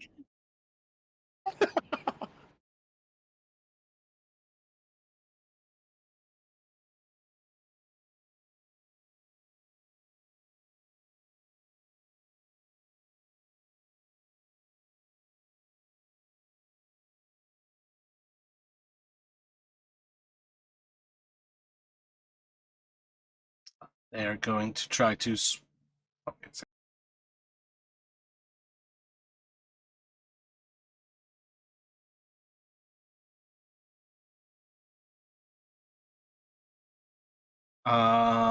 Vox, let me get a perception check at disadvantage. Going to continue to swarm on you, trying to bite into you. 16 should meet your AC and hit. Oh, I have 17. Did you say 16?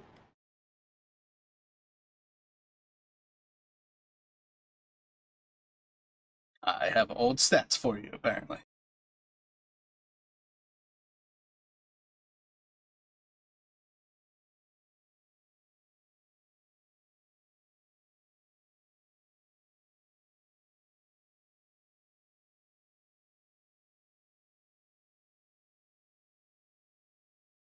On you. I'm assuming I noticed that there's more of them now. Yep. Oh, guys, things are getting out of hand. And I will attack with my stick again. So roll a performance, and then they can roll a perception. And you'll just need... That'll be enough. They can all wake up. Do we need to do perception, or that's a good enough performance? Nope, that's high enough as far as I'm concerned. It's performance plus your perception to make a 20. Cool. Stick attack misses, and then I'm going to unarmed strike. 25 for 7. And that will dispatch them. It was like a super fancy karate move, and then just chops one of them right out of the sky, or like the last couple.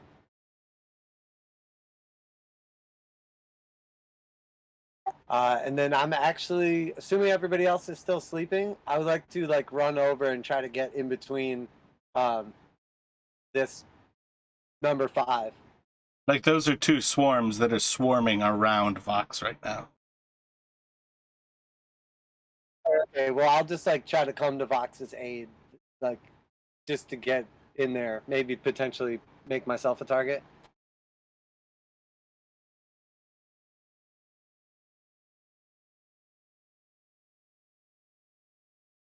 But that's it for my turn.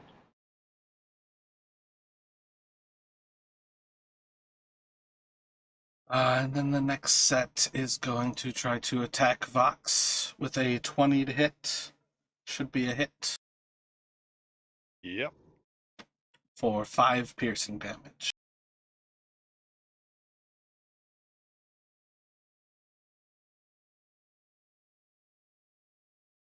Cool. And then the next set is going to miss as they kind of bite down on the metal of your armor, and it's going to go to Sarkis. You see swarms all around all of your friends who are on the ground. Actually, by the way, at the start of this turn, you guys would have rolled initiative, so let's kind of go back a little bit. Roll your initiatives.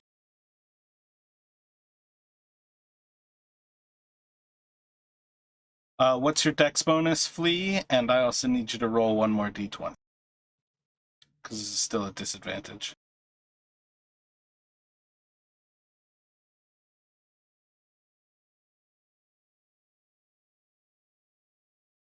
Shit, what was Sarkis's? Oh, you should be a 15. Oh, you are 15. You got it.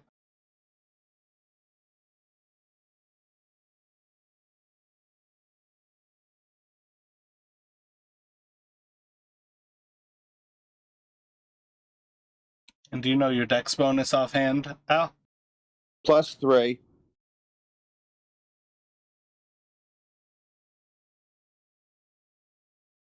What's your actual dexterity? 17. Kavi, what's your dexterity?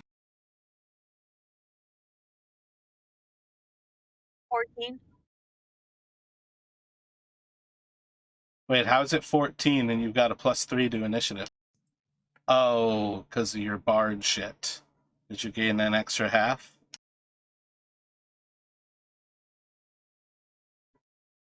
What is it? Half your... That seems crazy. What is it? You get half your proficiency to your initiative as a bard? Yeah, I believe it's half your proficiency to like everything that you're not proficient in.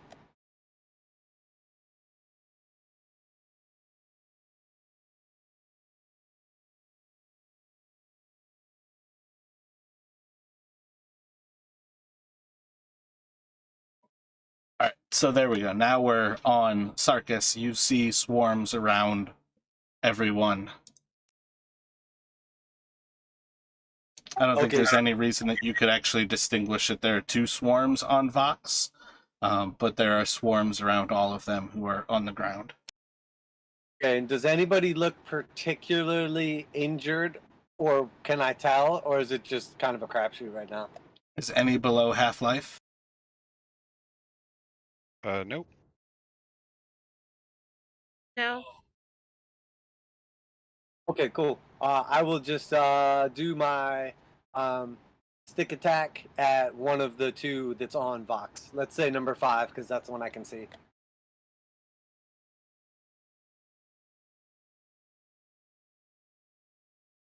All right, and then I will just do an unarmed strike at that same one. And from now on, I will only like punch and smack bats because my stick is not working. I feel like Sarkis has always played like that, where you like I'm never also- hit with your quarterstaff.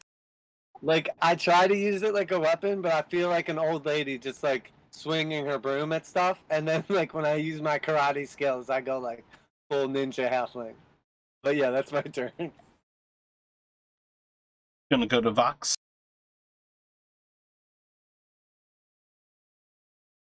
Okay, so Vox is gonna look up, seeing all these bats everywhere, and be like, "What the hell did you do, Sarkis?" And he's gonna get up, and he is gonna probably just launch an attack at the nearest swarm he can see. I'm not sure what you would call that, the number 5 or 3 or something like that.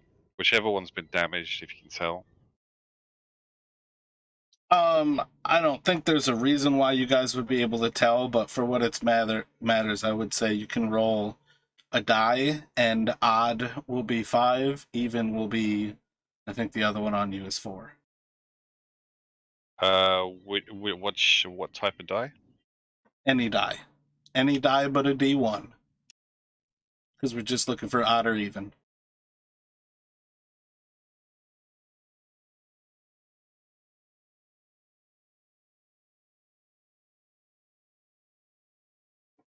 So you're going to attack at the 4 swarm. Cool.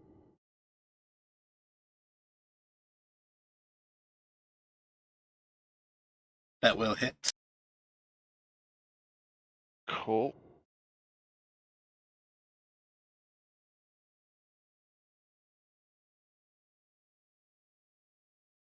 I ignored the second one, that was a mistake.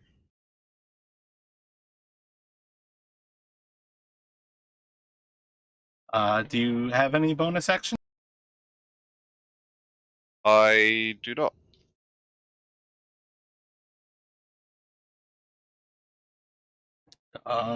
You see multiple bats get cut in half. Not really sure how to describe bats getting fucked up other than bats die. But it will go to Flea. I'm assuming you also stood up in all of that. Oh yes, and we're going for the short bow.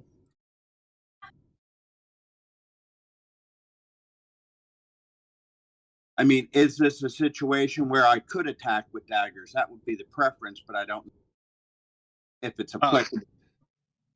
If you short bow right now, you're going to be at disadvantage because there are bats swarming around you. So I think the daggers might be the way to go. Okay, we'll go with the daggers.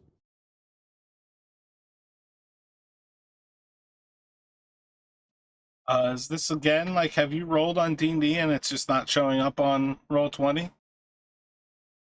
I just rolled. Yeah, it should have. I mean, it was a 3, so it's not much. Yeah, a 3 is going to miss. I think the offhand would be the same modifier. So you can roll your second one.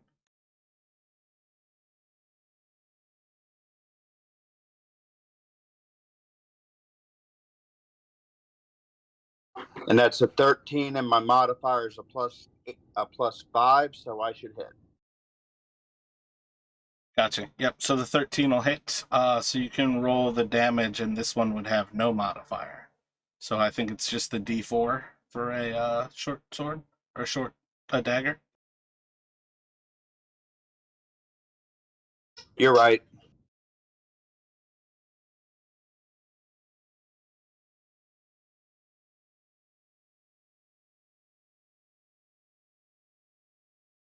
So I think you rolled a 6 when you rolled the D6, so we can consider it a 4, that you do 4 damage to it. And it will go to Kavi, unless you would like to do anything else. I want to try to go back to back with the person nearest me. You can move away from this, but you know that you're probably gonna get attacked. Now then I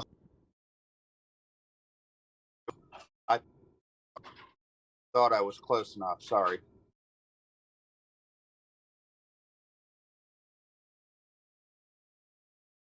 I'm going to step away and grab my other computer. I'll be right back. Gotcha. So it'll go to Kavi.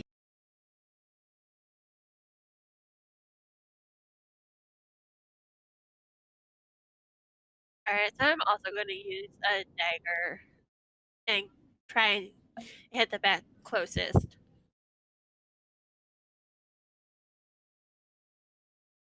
Assuming you're standing up too. Yeah.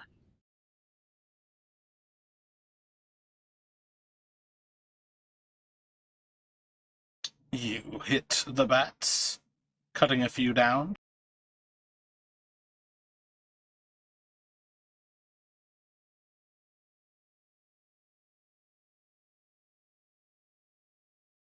Did I get my spell slots back with Be Resurrected? I don't see why not.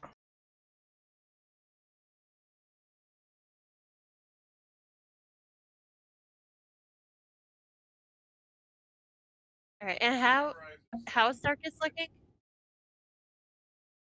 Oh, I'm good. I'm looking better than ever. Maybe a little strange because there's like blood trickling down my mouth. Gotcha.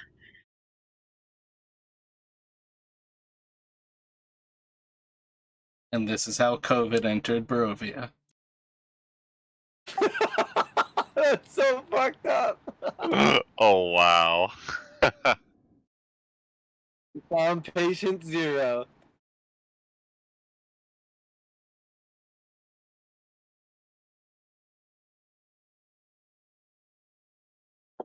You have a bonus action in mind, Kavi? You have another dagger that you're just going to attack with? What are you thinking? I don't have a dagger, but I'll give Bardic Inspiration to Darkus. And you would just hear him like humming, "Mama, I'm coming home."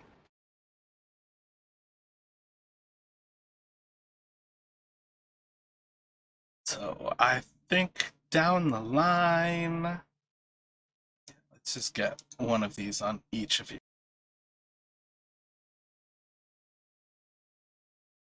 So, Flea, Kavi.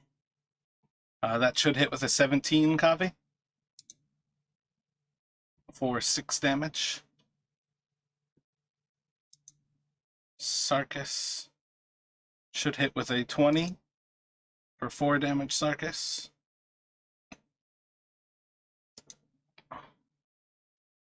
And 17 hit you, Vox. Looks like it should. Yep. For 8 damage.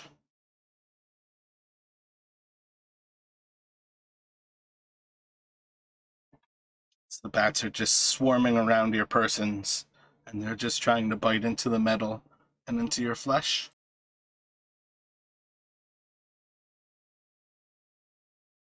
Nice. Oh, wait a second. Vox, you would only take 4 damage there. Okay. Wait a second. No, never mind. Sarkis, you would only take 1 damage. And did I take 4 and then it went to 1? Yeah. The swarm that you have on you is below half health, so it only does 1d4, so it would only be the 1. Okay, gotcha. But everybody else would have taken the damage that I told you. So Vox, my bad, you would have taken the 8. Cool. I'm so used to, like, when I was rolling the constitutions for their actual health, like adding up to their max instead of removing. So that's why I psyched myself out there. But Sarkis, it is on you. Right. Starkus will sort of like call out in frustration, "God damn stick never hurts anything!" And I'm gonna double-handed attack the one that's on top of me.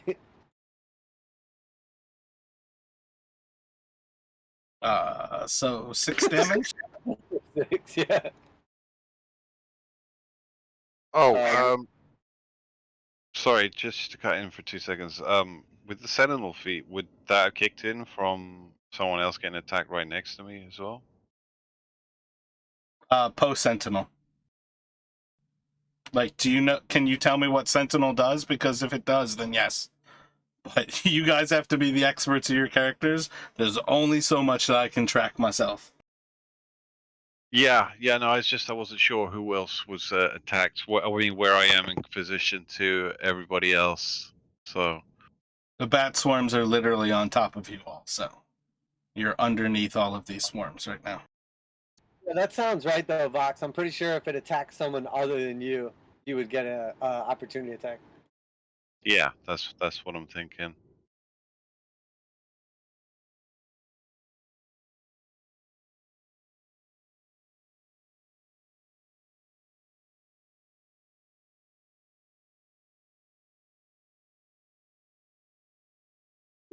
Oh, so does that happen before I do my bonus attack, or do you want me to just do my bonus action right now?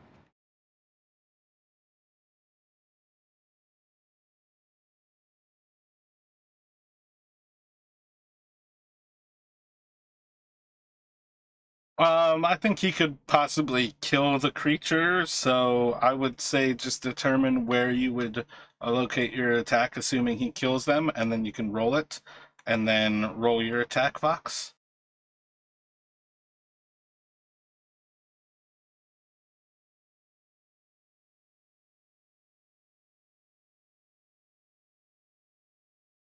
I mean, that was just stupid of me for allocating them one on each of you instead of just having it continue to attack you twice. I So accidentally roll your rolled dagger damage.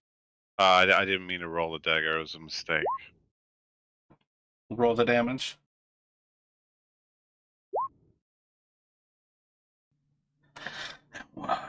Sarkis did 6, so yeah, that would have cut him down. So yeah, they're still biting into you though, Sarkis.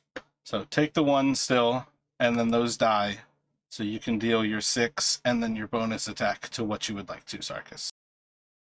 Okay, I'm just gonna keep going at the one that's on Vox. Like I feel like I've been kind of attacking like that cluster right there, so and I don't think I would be able to distinguish. So Gotcha. So bonus action. That will hit for another 8. And there seems to be like a single bat left swarming around him. and then I'm actually gonna go ahead and move away from both of those bat swarms and run over To flee. You do that. Okay, cool.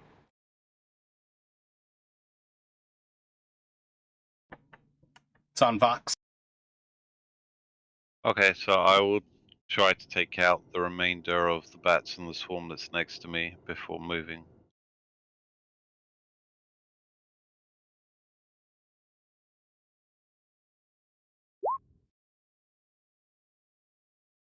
I believe that's an auto kill because the greatsword's 2d6. Yeah, yeah, that's right. The bats didn't get an oppo attack on me? They have a range of 0 feet. There's a reason that they are allowed to land on your space and swarm you. Interesting. Yeah. But like anybody who's underneath them, if you leave, they can op attack you. Yeah, that's crazy. Yeah, that's definitely crazy. Is that a swarm thing? I'm not familiar enough with all swarms to be able to say yes or no. But it is how the bats specifically work. But I feel like most of the swarms are a swarm, and then they delineate what they are, like by other abilities that they gain. So I have a feeling yes.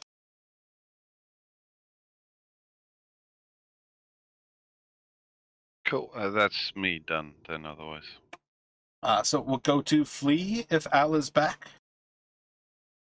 Al is back. He's got a regular computer now. I've been driving earlier this evening.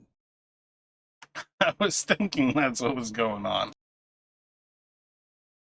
So you were doing all of that on your phone before? Like you logged into Roll20 on your phone? I had it all. Not very well. Damn. I feel like that's still pretty impressive, like on the phone game. yeah, fair play. That's some dedication. Oh, I said I'd be here. Now, I tried to select my daggers, and now I cannot find them anywhere.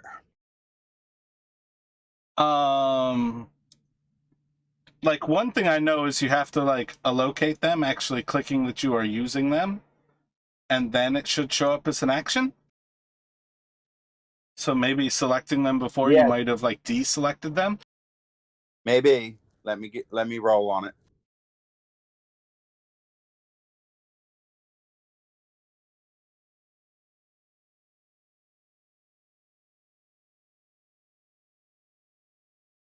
Yeah, I see them in my inventory, but it won't let me select them. So I'll have to figure Try something out. reloading. I just selected them for you. And then they show up as an action for me once I select them. Okay, I don't see them here. Would you hit a roll for me, please? So first one will hit, doing 15. I can't add 13. Leaving that swarm pretty messed up. Doing a second attack on him. Yes, sir. So I think I might actually be wrong. The second attack, you still get your normal to hit, but it's no damage bonus. So I think this is just a flat D4. I'm in which the is a process of reloading. which is a crit, so that's going to do 6 damage. That's enough to kill that one.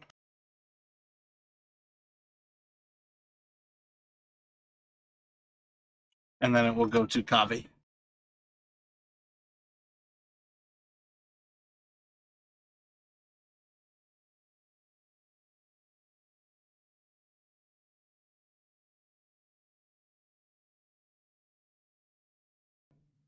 Oh shit, I forgot to skip the music earlier. Whoopsie!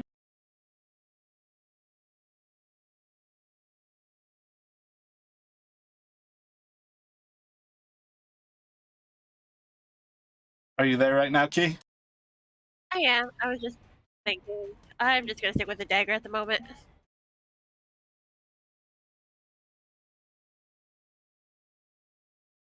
That will hit.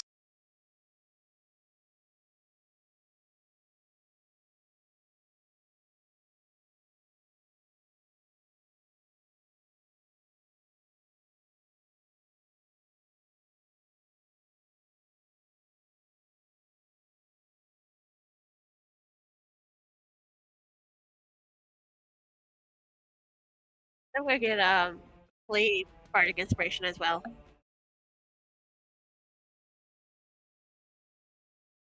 Thank you.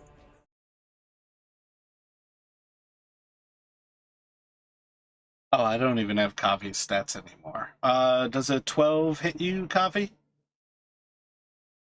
It does not. So I think it is pretty easy to distinguish that you guys will remove the rest of these bats from the plane of existence on this upcoming turn, and you can return to attempt to sleep here. So let's see. I think it'll be pretty solid that it's like the same idea, just like start again with Sarkis on watch, unless you wanted to rotate to a later position, Sarkis. No, I just assume stay on watch.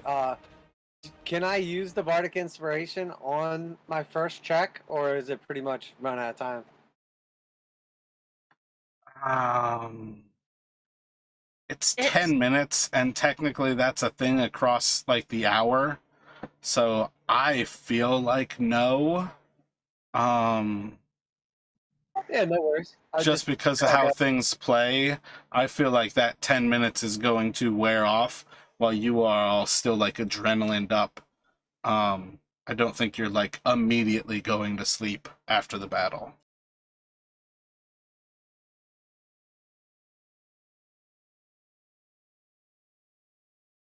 So let me just get a perception from you at disadvantage.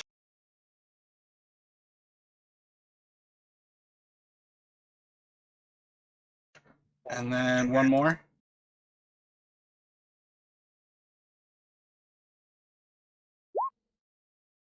$11.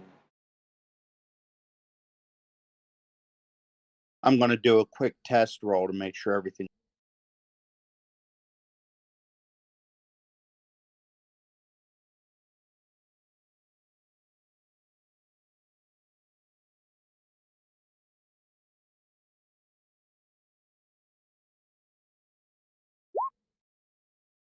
That showed up. So after a good bit of your watch, Doc, just kind of like, my bad, Sarkis. After a good bit of your watch there, you just start to pace the area, trying to keep yourself somewhat active so you can keep any level of consciousness at this point.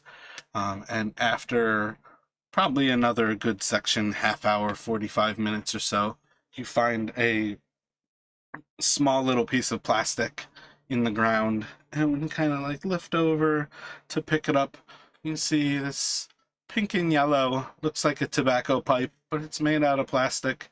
And as you just kind of like think to hit it and see what happens, it blows a bubble, just like a little soap bubble. So you can write down that you have a pipe that blows bubbles. All right. And then I think Vox was next. Roll perception at disadvantage.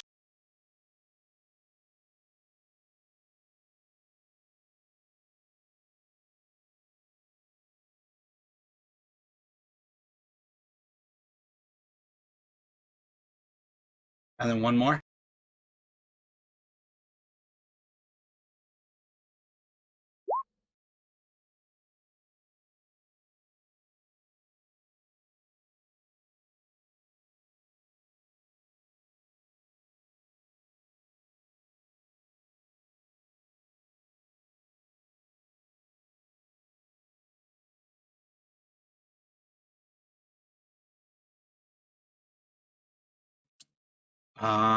And then what was it? Flea's next up.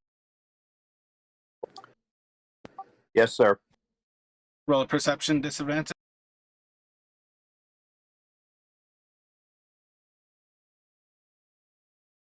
And one more. I guess it doesn't matter. I think two of you, though, we need to do a share screen after this. Oh, you're trying to get out of here quick, though, Box. I want to get you guys set up so you are rolling twice every time, and so you automatically roll damage. One more perception.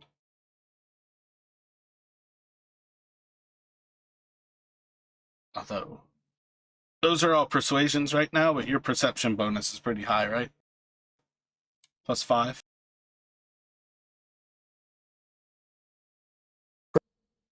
Perception's +1. +1, word.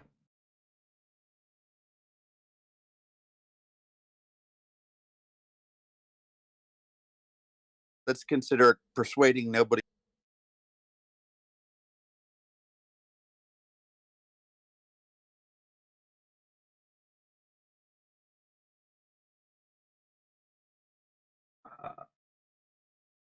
So, well into your watch, you start to hear footsteps outside of the tree around where you know the entrance tunnel to be to this area that the Mardikovs have hidden.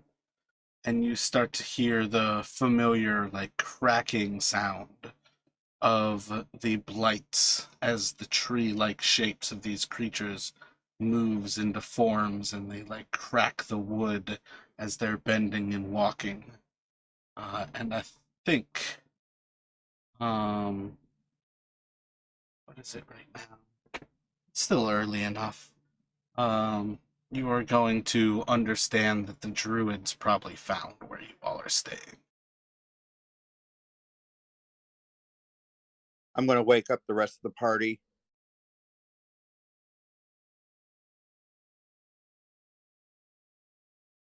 So you all can roll for initiative.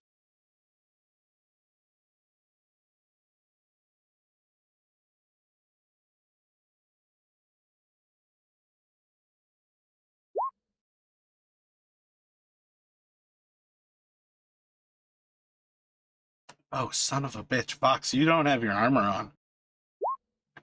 You wouldn't have had your armor on for that whole fight. Can I not sleep with my armor on? You can sleep with your armor on, but you don't gain the benefit of sleeping. Oh, really?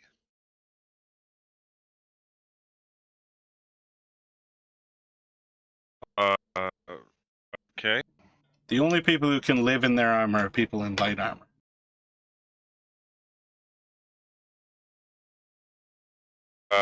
So okay, there would have been one attack that would have hit, I think. It's not a before. big deal. It's just to keep track of. Yeah, sure. So what do I do now? Just unequip it?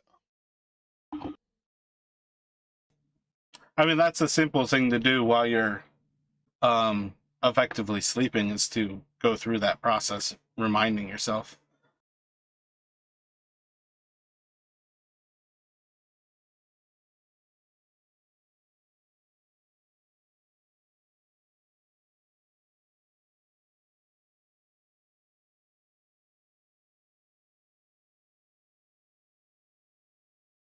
Now, for example, Flea has had half a night's sleep. Does that equal a half a rest or a short rest?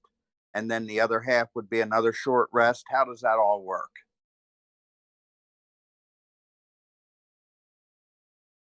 In general, there is some level where I think short rests can happen inside of a long rest. But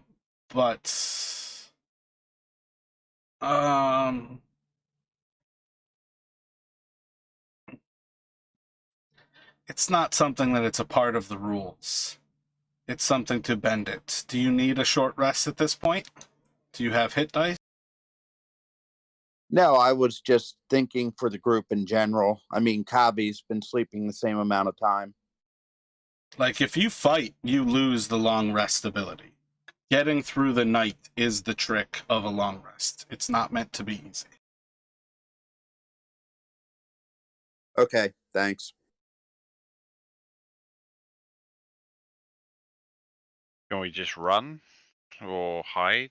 Well, I mean, you said that they found us already, so can we run otherwise and find somewhere else to crash down for the rest of the night? Or will that make no difference for a long rest then?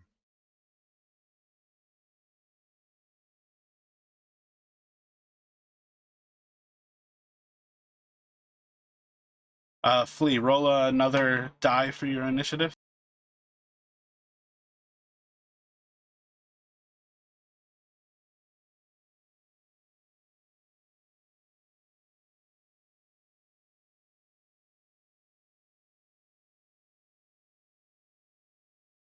you basically can't do anything to maintain a rest. Like, you have to, like, continue to relax and not do anything. So, depending on how you guys would want to flee away from the situation, that would be how to interpret whether you can actually go back to sleep, maintaining that time that you had spent.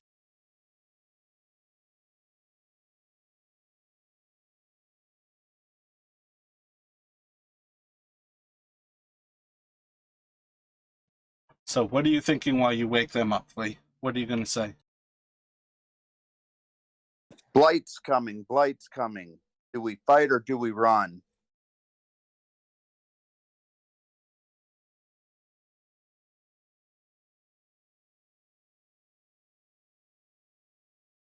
You respond or? Yeah, figure out what you guys want to do. How long will it take me to put my armor back on, just by the way? 5 minutes. Okay. We need to make our stand. Fox doesn't have his armor on, and we'd likely just run into more trouble. We need to defend this place, and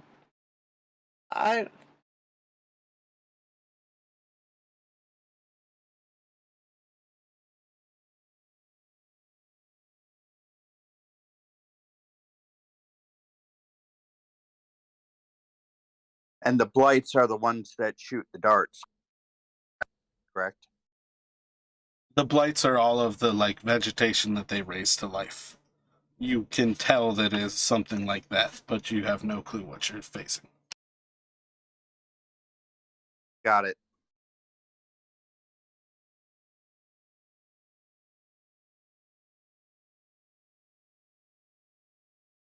I'm just telling you straight up, I will not be able to do much in this fight, so I'll probably end up running. Because I will die.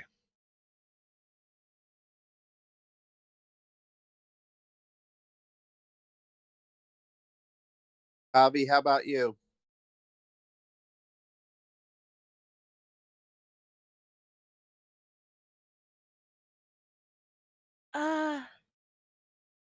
It might be better to move on, but at the same time, we're going to have to come back eventually.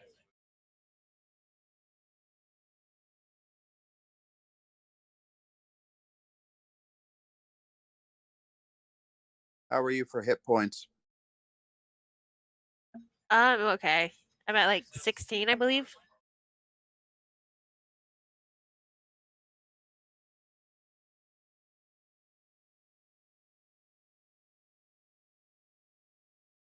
I vote run, but what's everybody else? Sounds like Sarkis wants a fight. Fox wants a run.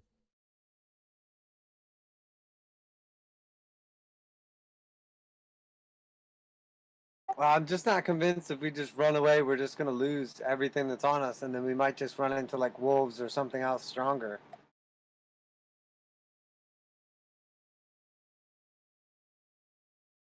Well, then I think we let them come to us. We don't go to them.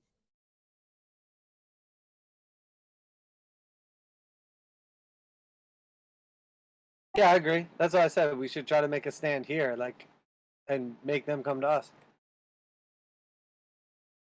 All right, then let's go.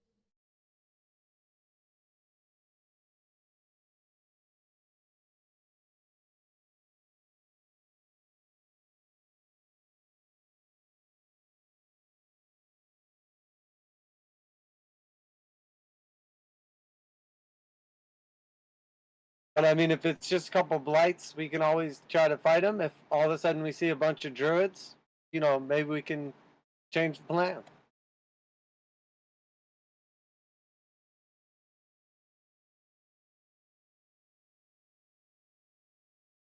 Works for me. Okay, let's start the melee.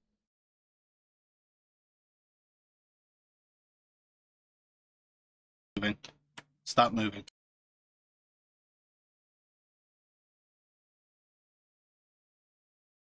What kind of distances are we talking?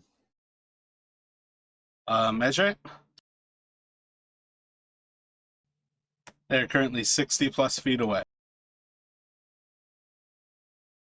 Perfect short bow range.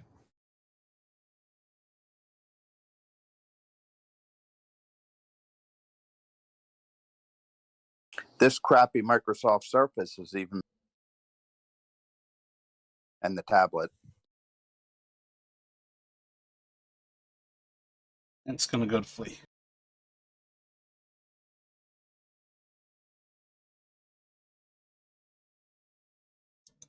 Two of these little blights run forward at you all.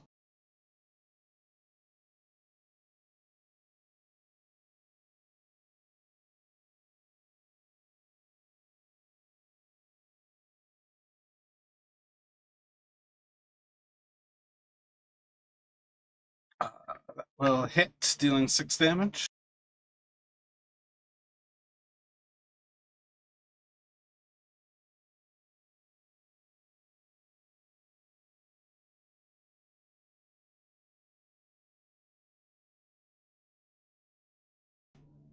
Any bonus action or movement, Flea?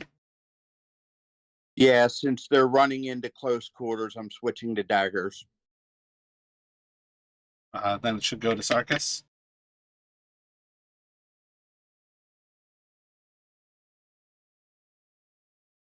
I will run up and swing my staff at this guy.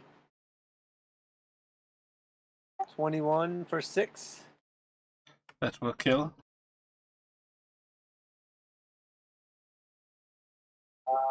5. I'm just gonna move back to where I was after that.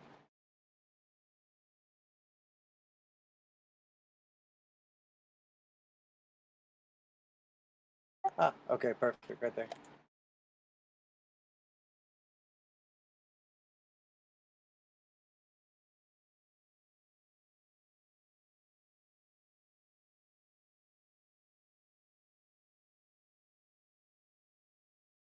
Then I'll go to Kavi. I'm going to use Vicious Mockery on number 1.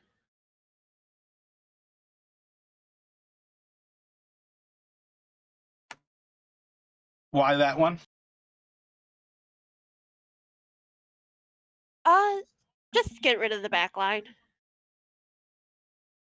Alrighty.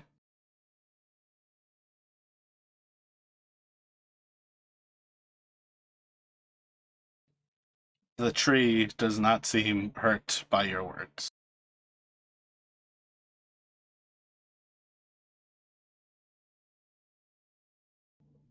On to Vox.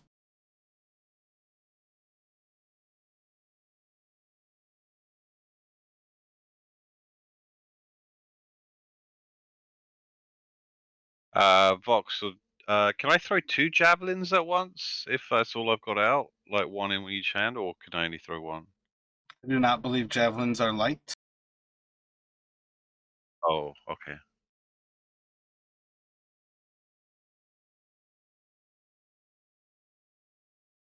No, they're not. Like, you could do like 2 hand axes or 2 daggers, but javelin you cannot unless you take the feat.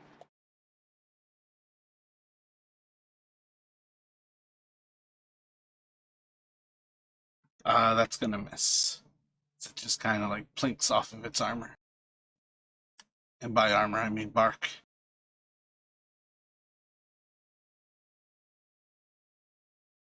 Can we tell what that green dot is? The druid.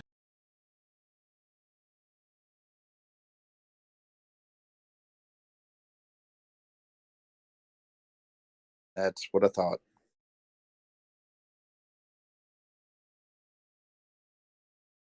Are we able to randomly distinguish? Is this the same druid that got away? Can we not tell the difference?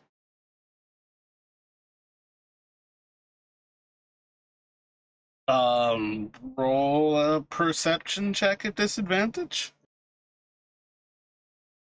11.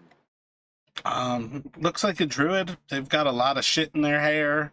They've got a lot of like twigs on their person, and a lot of like random, like very like barbaric, like skins and stuff on them. But no, it's too hard to distinguish. Good. I figured I would ask just so we would potentially have an idea if there was more than 4 or if this is just the same one.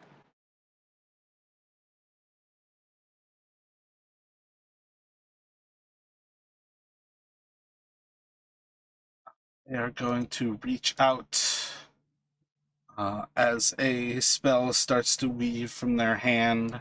Vines are going to start to grow from below your person. And I believe everybody has to make a dexterity save.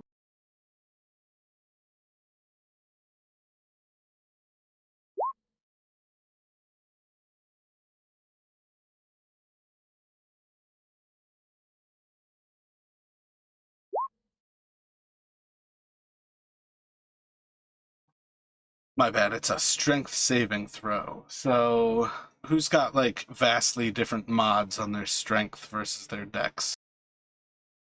I'm pretty sure I'll just go I feel like the 18 is legit with Sarkis. I have a 10 -2. Oh, that was your perception above it?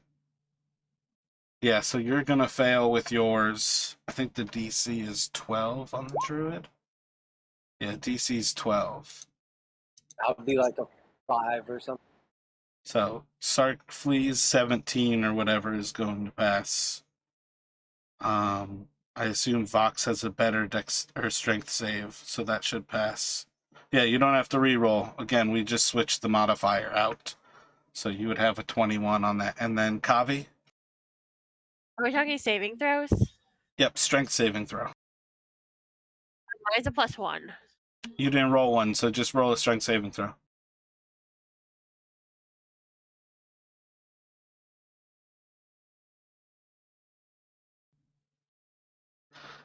So Kavi and Sarkis will be entangled. And it is going to go back around to Fleet. Okay, my modifier is a +5. My natural roll was a 17. No modifier on strength. Yeah, I said you're good. You were not entangled. It was Kavi and Sarkis. Cool. Okay. Two.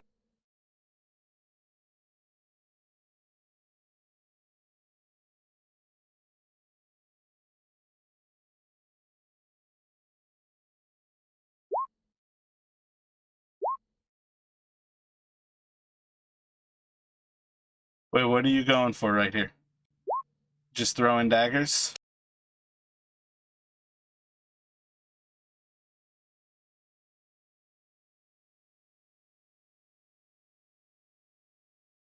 It would still be difficult terrain, so you're not necessarily going to be able to move that far up.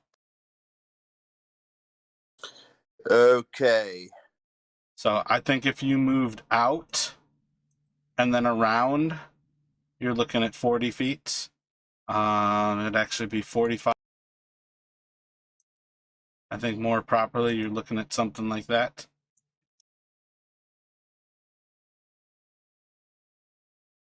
Okay, does that give me I'm not in range for attack then, am I? I think you're going to end up having to do something ranged. Okay, well, if I throw them both,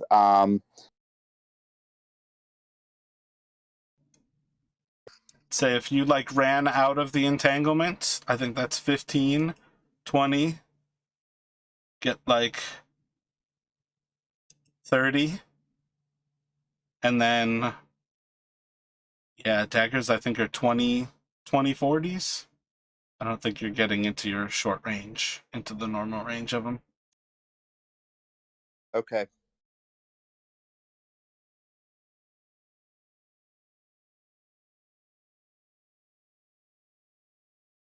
I guess really you only have to make it the one space out. That looks like I've got it on a half space.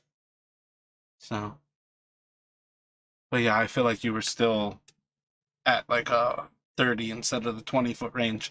But you can effectively like drop your daggers, pull your bow, and still shoot your bow. You can sheath your daggers and pull your bow. But I would say switching to your bow is probably a pretty solid option. All right, let's go with it. If it's that point, can I stay where I was, or is that already a done deal? I would say like move out of the entanglement still, but you can definitely manage wherever you'd like to be in that movement. It's just like 10 feet for you to get out of the entangle. So you've got like 20 more feet. You can stay back there, or you can move around. Yeah, staying there and switching to the bow. Who are you firing at? The one in front. At the blight? Actually, no. Let's go for the druid. Excellent. Roll damage with a critical.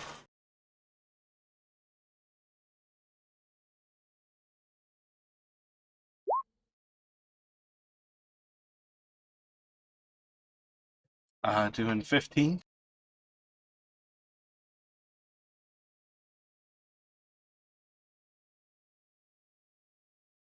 Any bonus action?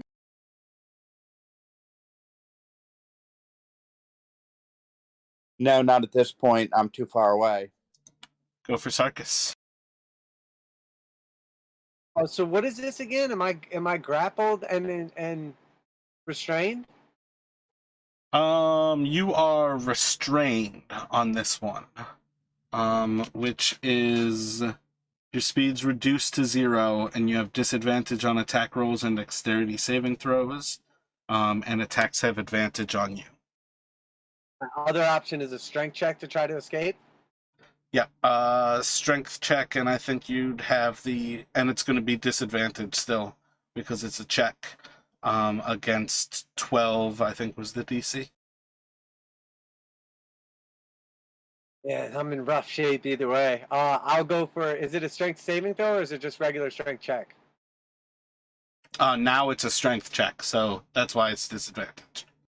Okay, I'm gonna do, so disadvantage dart or disadvantage strength check. I'll go for the strength check. You just hear Sarkis let out a roar.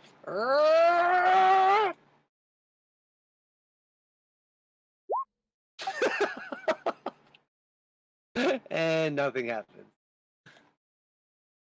Sarkis drops a little rabbit turd.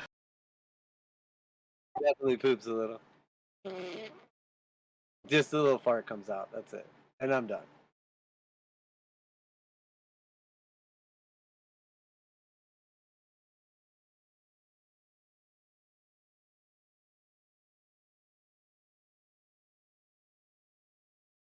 On to Kavi.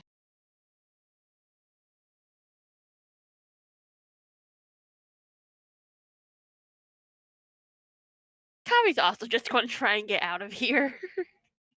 She does Strength not check at want- disadvantage.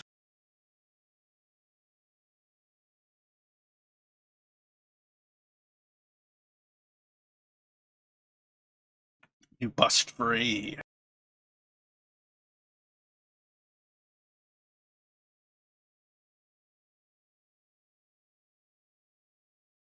So did that just like constitute as an action then? It is your action. Do I still have movement? You do indeed. Ooh, that's a weird one.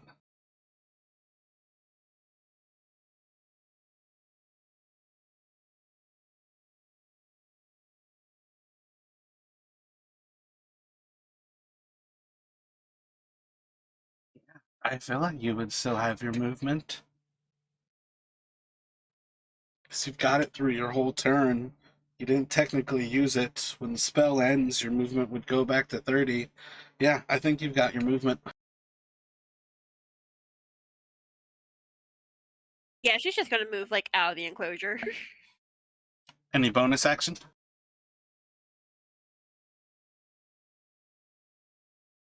Not at the moment now. Vox, what would you like to do? Okay, so Vox will start by moving outside the enclosure, but staying in contact with this blight that's moved up to him.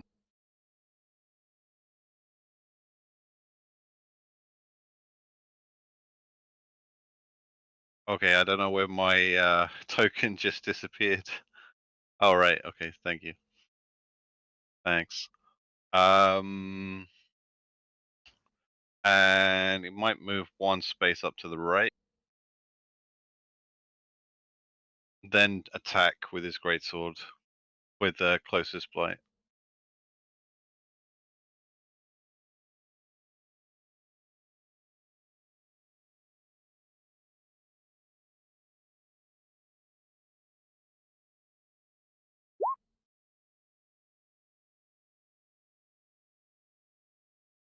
Roll damage.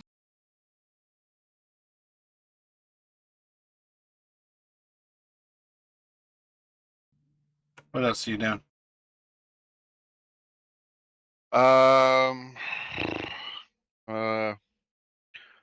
Guess pan out a little bit more. How much movement have I got left?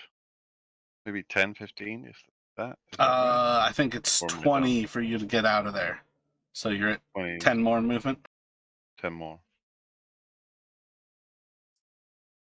The druid is going to light a little font of fire in their hand. As they start to form it, they're going to reach back and wing it sidearm towards Sarkis. And that will hit with, I believe they have a +4 for 21. And it's going to do, I think that's the D8. 2 damage of fire. It's going to flee. Affirmative. Shooting at the druid again. Yeah, I think the druid's also going to move back there as well. But you can take a shot as the druid seems to be fleeing the area.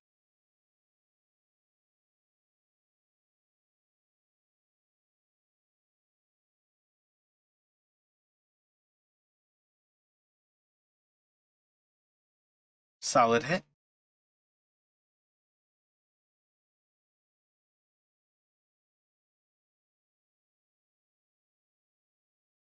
And that's a crit, right? No. Just a hit. 24? No sneak attack. You've got a +5. That was a 19 that you rolled.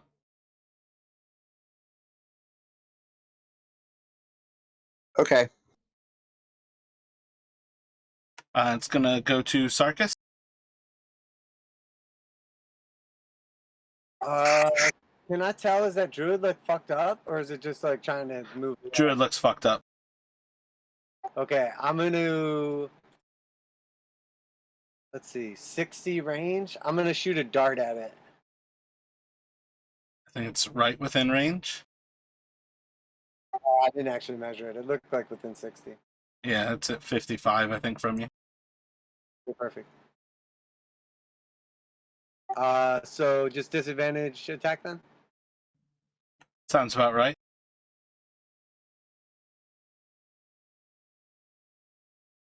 Roll 9. That's going to miss as it plinks off of this thing's bark.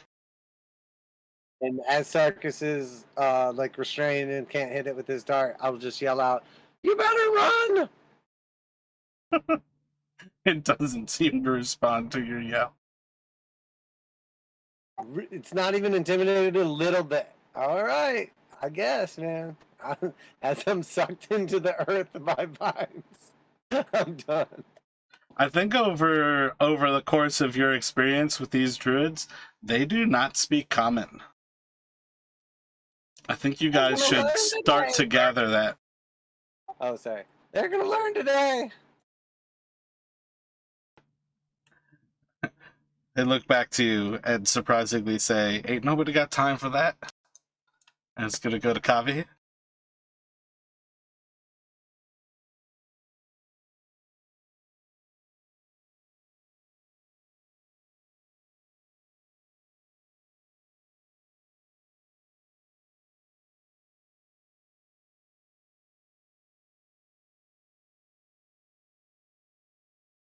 I would cast Tasha's Hideous Laughter on the druid.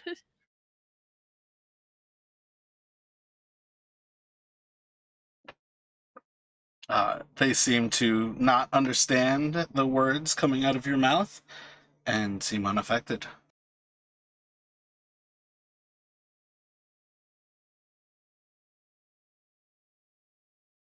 Anything else from Kavi?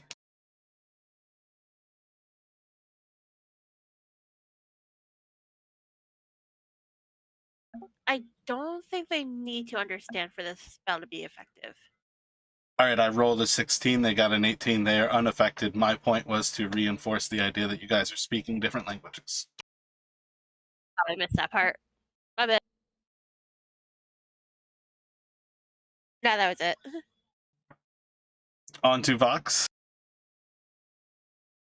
Vox is going to take care, well, hopefully take care of this blight in front of him.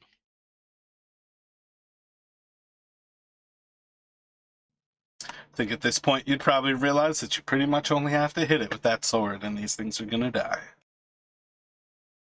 Roll for damage.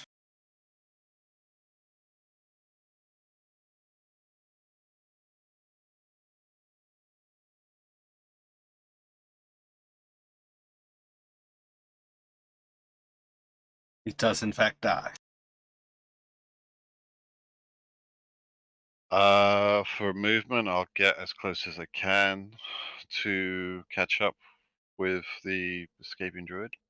Oh, mister, I'm going to run away no matter what's running down the druid. I like your thought there. Where are you moving to?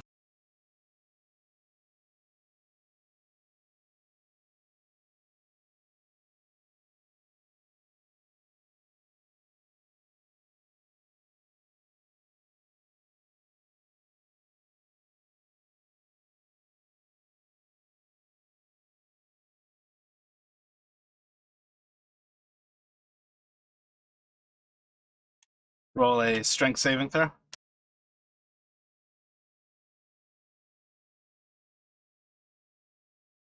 I don't suppose that's a concentration spell by any chance, is it?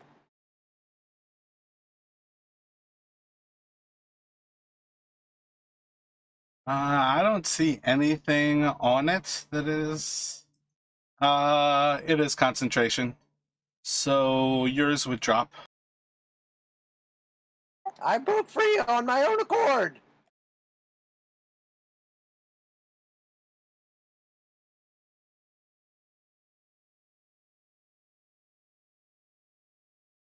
And the druid is out of sight.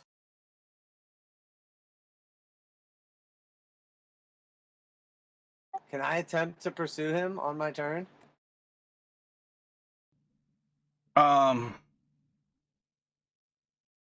You can certainly attempt to pursue him, but you guys also were moving away from the danger that was out there already. So you might be pursuing into a dangerous fight that you guys were already trying to avoid. Well, here's what I'm thinking, and you can tell me if it's viable or not. If I'm no longer restrained, if I step of the wind, I can run double my jump distance and jump over the difficult terrain in front of me with step of the wind, and I can move 70 feet. Is that close enough to get into contact with the druid? Will you have an attack with that? Or is that using all of your abilities?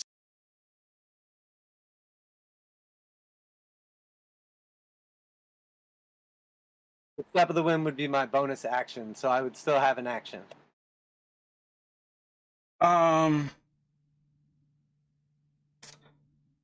Roll an attack. This creature should have long strider, so it should have 40 feet of movement, where it's running 80, and that entangle was its backup. So if you jump over that entangle, you've got one attack before it's gone. If you miss it, though, you have to chase it into the view of other things out there. Don't I get an attack before Sarkis? It's gone. I'm trying to get this encounter over with. He just wants a chance to run it down. It is out of your view. So it doesn't be like this lingering fucking druid. Okay, so I'm gonna do a quarterstaff attack on it.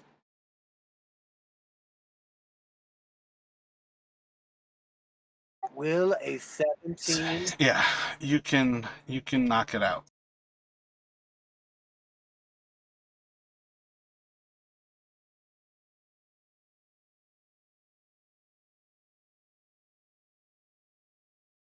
So, what are you all doing?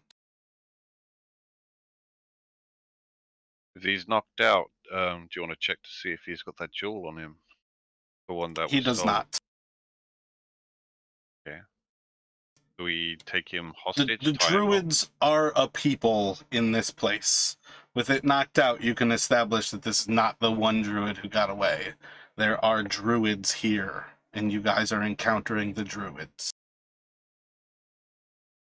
When you say knocked out, are you saying knocked unconscious, or are you saying He's dead. okay? So that changes things a little bit. I think sometimes the way you portray things, you don't realize how it sounds.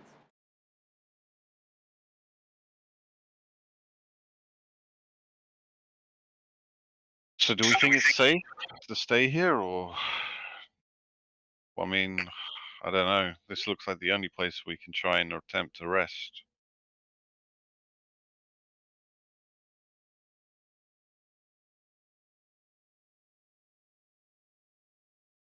From our previous visit, can we remember anywhere else that may be safe to finish out the night?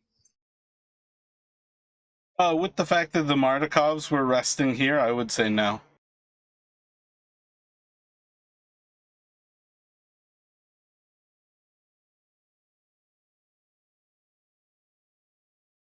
Yes, we kind of have to stay.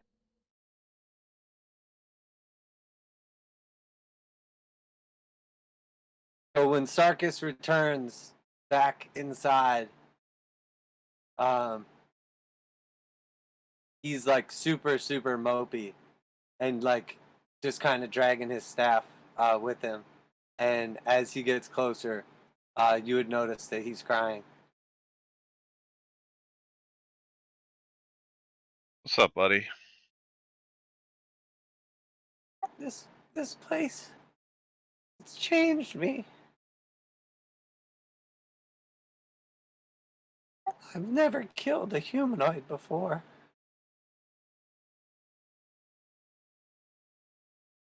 Yeah, this place will do a lot of stuff to a man. Make him change the way he sees things. Try not to be too hard on yourself. Or smells things.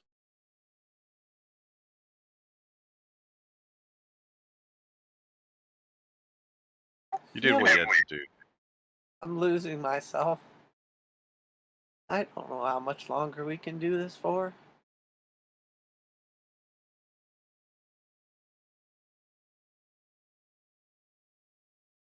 Didn't you used to be a monk or something?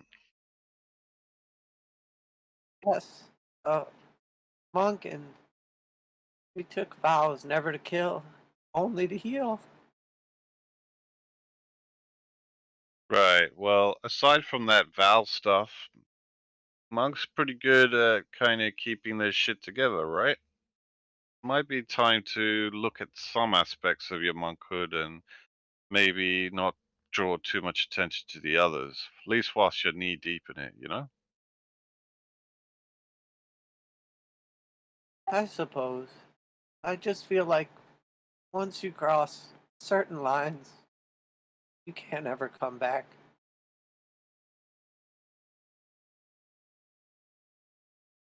Maybe so.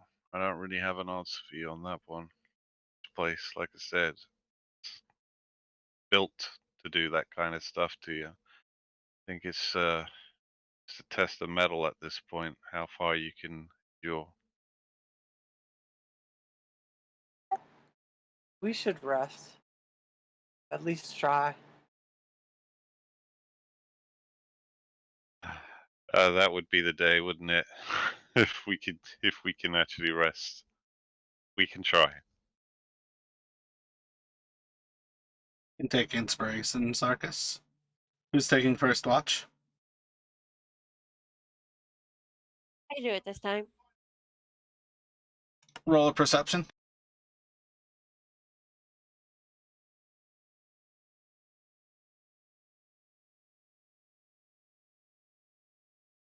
Roll another. Who's taking second watch?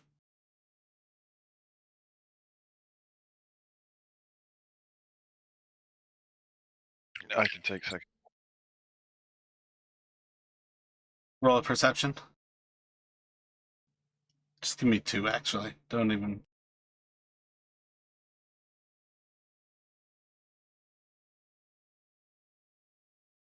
And 1 more. Who's taking third watch? I'll take it. Roll 2 perceptions for me.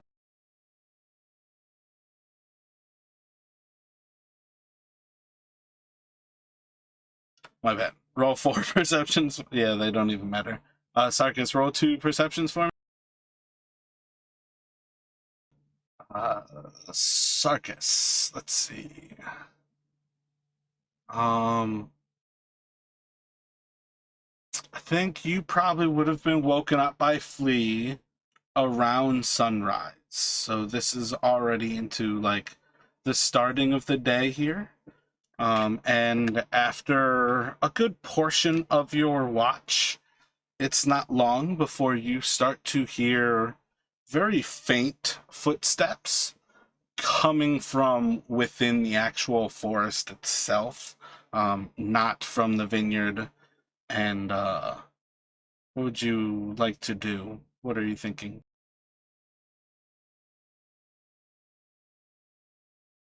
So would they be like having to come in through like the little entrance area like you just had, or is it coming from just like a random direction in the brush?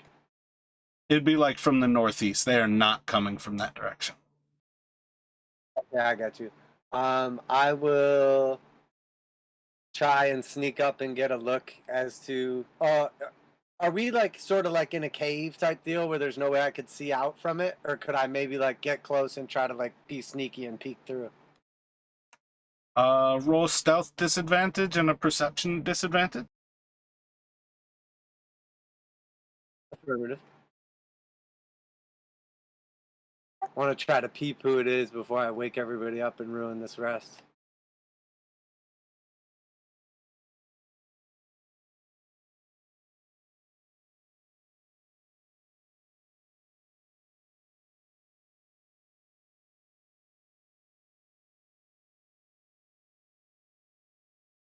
Let's see. I don't remember how well you all introduced yourselves to each other. But they seem to notice you as you're kind of stepping towards the back of it. You would notice the 2 hunters who escorted you all towards the swamp before, and they notice you about the same point, and you actually hear as they say, again, this is me assuming you introduce yourself by name, but they basically say, Sarkis, is that you? Are you safe? Yes, yes, it's me. Who goes there? Do I recognize him right away or not? It's the 2 hunters that took you all to the swamp before. And I can look up their names if you give me a second. Oh, damn. Yevgeny and Soldar.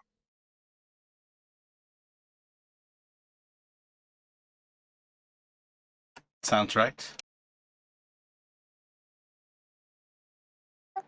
What are you guys doing out here, this far from everything? Erwin has sent us. We were looking for any others who might be here. All of them are to cause a flee to Valakai. Are they safe? No one is safe. The rest of the party is sleeping. We've been days without rest.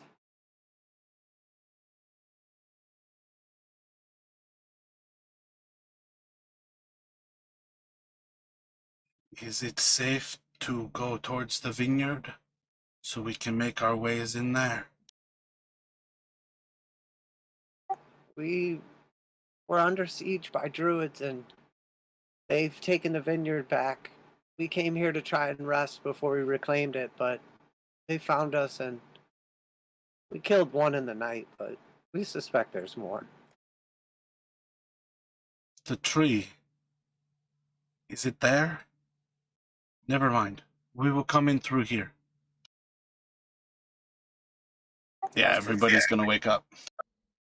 So as they're like kind of like barreling through the brush, they're like screaming in pain as they're getting like cut by the brambles.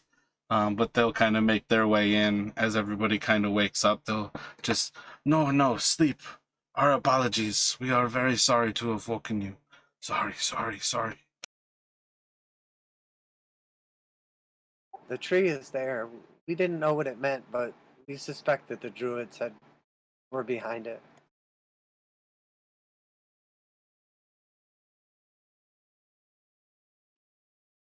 Have awakened the great tree, and it has run off what remains of the Martagovs. We've taken shelter in the blue water, but it would appear that Valakai is no longer safe. There is nowhere that is safe remaining in Barovia.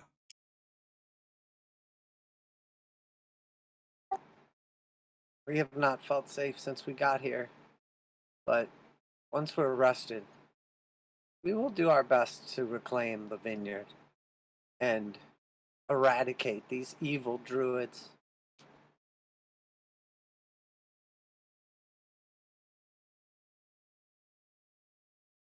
Know these druids well. They have done much to harm the Martagovs, but they are not evil like much of this land. But much of this land is evil. Rest now. We will watch. You rest, and when you are ready, we can return where you need to go, but it is not safe here. They have taken something from me I'll never get back, and I will have my revenge.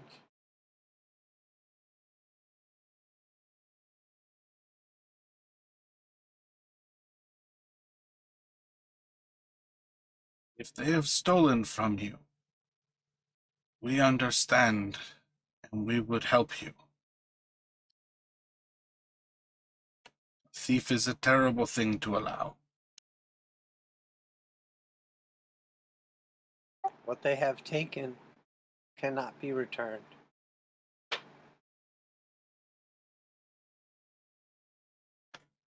You see, as they're both pretty confused. That 3 was me trying to insight check you, and they failed.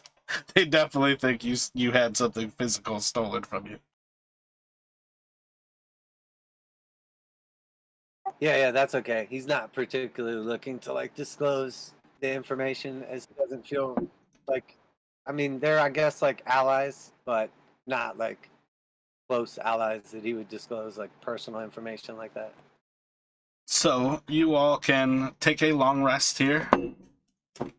This is where I would like you all to have you decided what you will be taking your 5th level in. Is everybody doing another level in the current class that you are?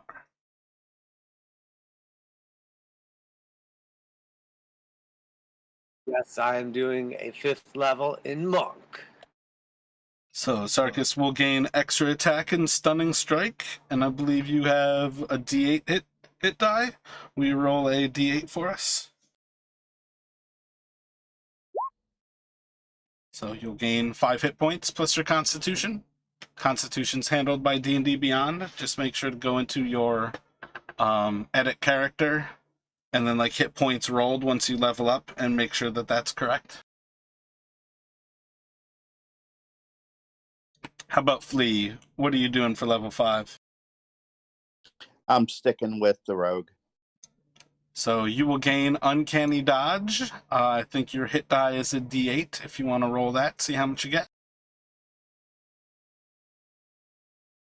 And I also want to point out for you, Flea, I'm not trying to call you out on anything, but you have your ASI from level 4, where you can take stats or you can take feat, but you never use that from level 4. In your, I think it's under the class screen. If you scroll down towards the bottom there, it'll show you that you can fill in that ASI. Got it. Will do. So roll a d8 for us. See how many hit points you're getting.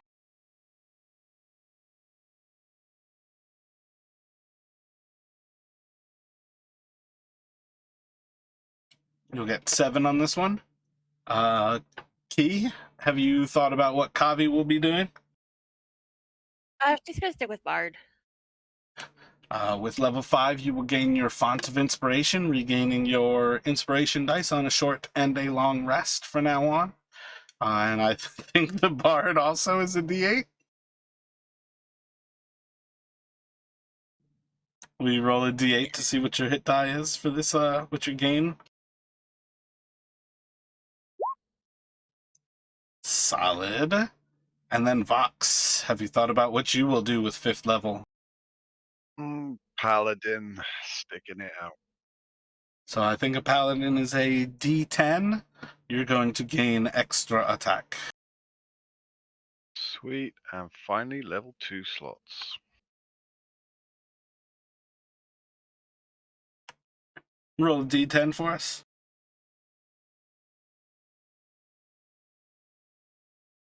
Comes at 10.